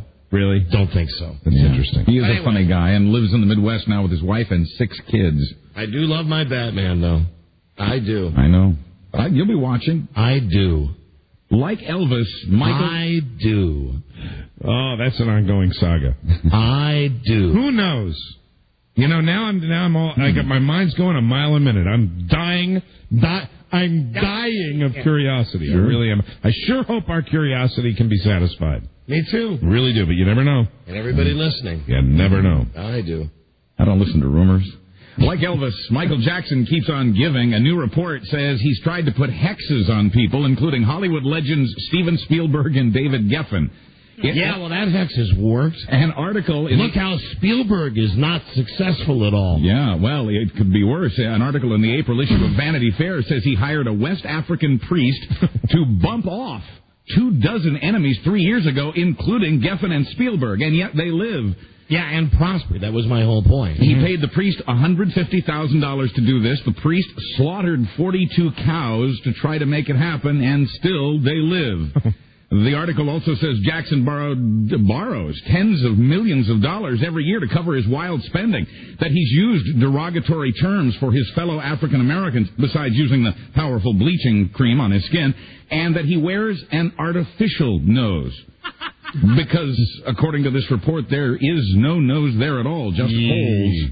The article says he could still face criminal charges involving a dozen of his special friends who slept with him at the Neverland Ranch. Oh, wow. Gotcha. Translated kids. Buzz, we had the breaking news about Mr. and Mrs. Broyhill, so we have to break now. We apologize. I'm still waiting for a confirmation on that story. That was true breaking news right there. Sure was. And I can't take all the credit for that. Mm-hmm. Let me just see. What's that? No. Okay. Not right now. Okay. Not yet. More to come. You bet your ass. I hope. We'll be right back. Stay tuned. This is the Don and Mike Show. Gosh, I hate to interrupt. It's all been so incredibly fascinating and entertaining and instructive. Really, the time has just flown by. The Don and Mike Show. They will put the boom, boom booty on ye. Don and Mike. Hi, Buzz. Hi, Don and Mike. Hi there. It appears Regis has found a way to pass the time while he awaits the return of co-host Kelly Ripa. He's cashing in on the American Idol mania by launching his own morning show talent search. Oh, have I seen this? I saw the commercial for this on the show. He's going to die if he works any harder. No, he doesn't have to do any work. No, he doesn't. It's the American Idol logo, right? And it says, become the American co-host. You know, where they're going to... You go to WABC in New York, you go to KABC in Los Angeles, give them a tape. The only deal is you can't currently be working in television. Oh, really? You get to co-host the show for a day. They give you $10,000 and some BS. You get a development deal with Buena Vista. Is that it, Bob? Yeah. You get to work if you win. Work as his partner on April 16th. A 1-year contract with a talent agent. A $10,000 contract with Disney's Buena Vista TV division to develop possible TV projects. Note the word possible. Who's this? This is a very... Hello, is this G. Gordon Liddy? Yes, it is. This is Regis Philbin. How are you? Hey, Reg! American Idol co-host Brian Dunkelman will do the judging, and he'll narrow the field to 10 finalists. Regis winners will phone in their votes, or his viewers, rather, will phone in their votes to determine the final winner. Stinks of Gelman. It does. Robert Blake's lawyer has torn into one of the prosecution's top witnesses, accusing... Stay cool. He's accused him of inventing incriminating stories to get in good with the police. The witness is retired stuntman Ronald Duffy Hambleton. Duffy! Who says Blake tried to hire him to kill Bonnie Lee Bakley. Blake's lawyer says Duffy made this claim a full 6 months after police started questioning him. After a full 6 months of telling the police he knew nothing. Blake's lawyer says the witness's story has changed so many times it's as full of holes as Swiss cheese now. Robert, what would you say to Puffy Duffy if you could Duffy, right now? Yeah. I don't know, man. Yeah? It drives me crazy the way they treat me. Do you have a song for him? I'd like to say, you're the Christmas tree, you're the Easter bunny, and just do this for me, Mr. Duffy. Lick it, and then stick it in. Lick it real good and stick it in. A retired homicide detective has also testified that he was recruited to whack Blake's wife. They're all recruited. I wanted her whacked. If she weren't going to have the abortion, I wanted her whacked good. Whacked dead. That's what I wanted. I wanted to go to that restaurant I like so bad and then have her whacked on the 2-block walk back to the car. That's what I wanted. But, man, it didn't work out. So lick it and stick it in. Finally, in Madrid, Spain, people are flocking... A restaurant I like so bad. I like that restaurant so bad. You'll never be going back to Vitello's, I'm afraid. Yeah, that Vitello's. I'll be in a little box. They threw away my pass. Finally, in Madrid, Spain, people are flocking to see a new play called Sex. Hey. It really is a written play, even though it appears to be just people having marathon sex on stage for, in one case, 27 straight hours. 2 men, 2 women, no intermission. The show's been described as the most bizarre theater experience in years. The director calls it pure drama. Because the show can run so long, audience members are told they can go and come as they please. Hey, I get it. I'm Buzz Burbank on the Don and Mike Show. I get jokes, Buzz. That's it. We gotta go. We will. Yeah. See you tomorrow with the new episode. Everybody, good day to you, sir. Good day to you, sir. Good day to you, sir. Good day to you, sir. Someone called for a doctor? Hey, Linus. Yeah. PM. Eaters. Till we meet again, this is Sammy Davis Jr. saying, be kind, be nice, and I hope the next performer has the pleasure of having as nice an audience as you've been tonight. And let me leave you swinging.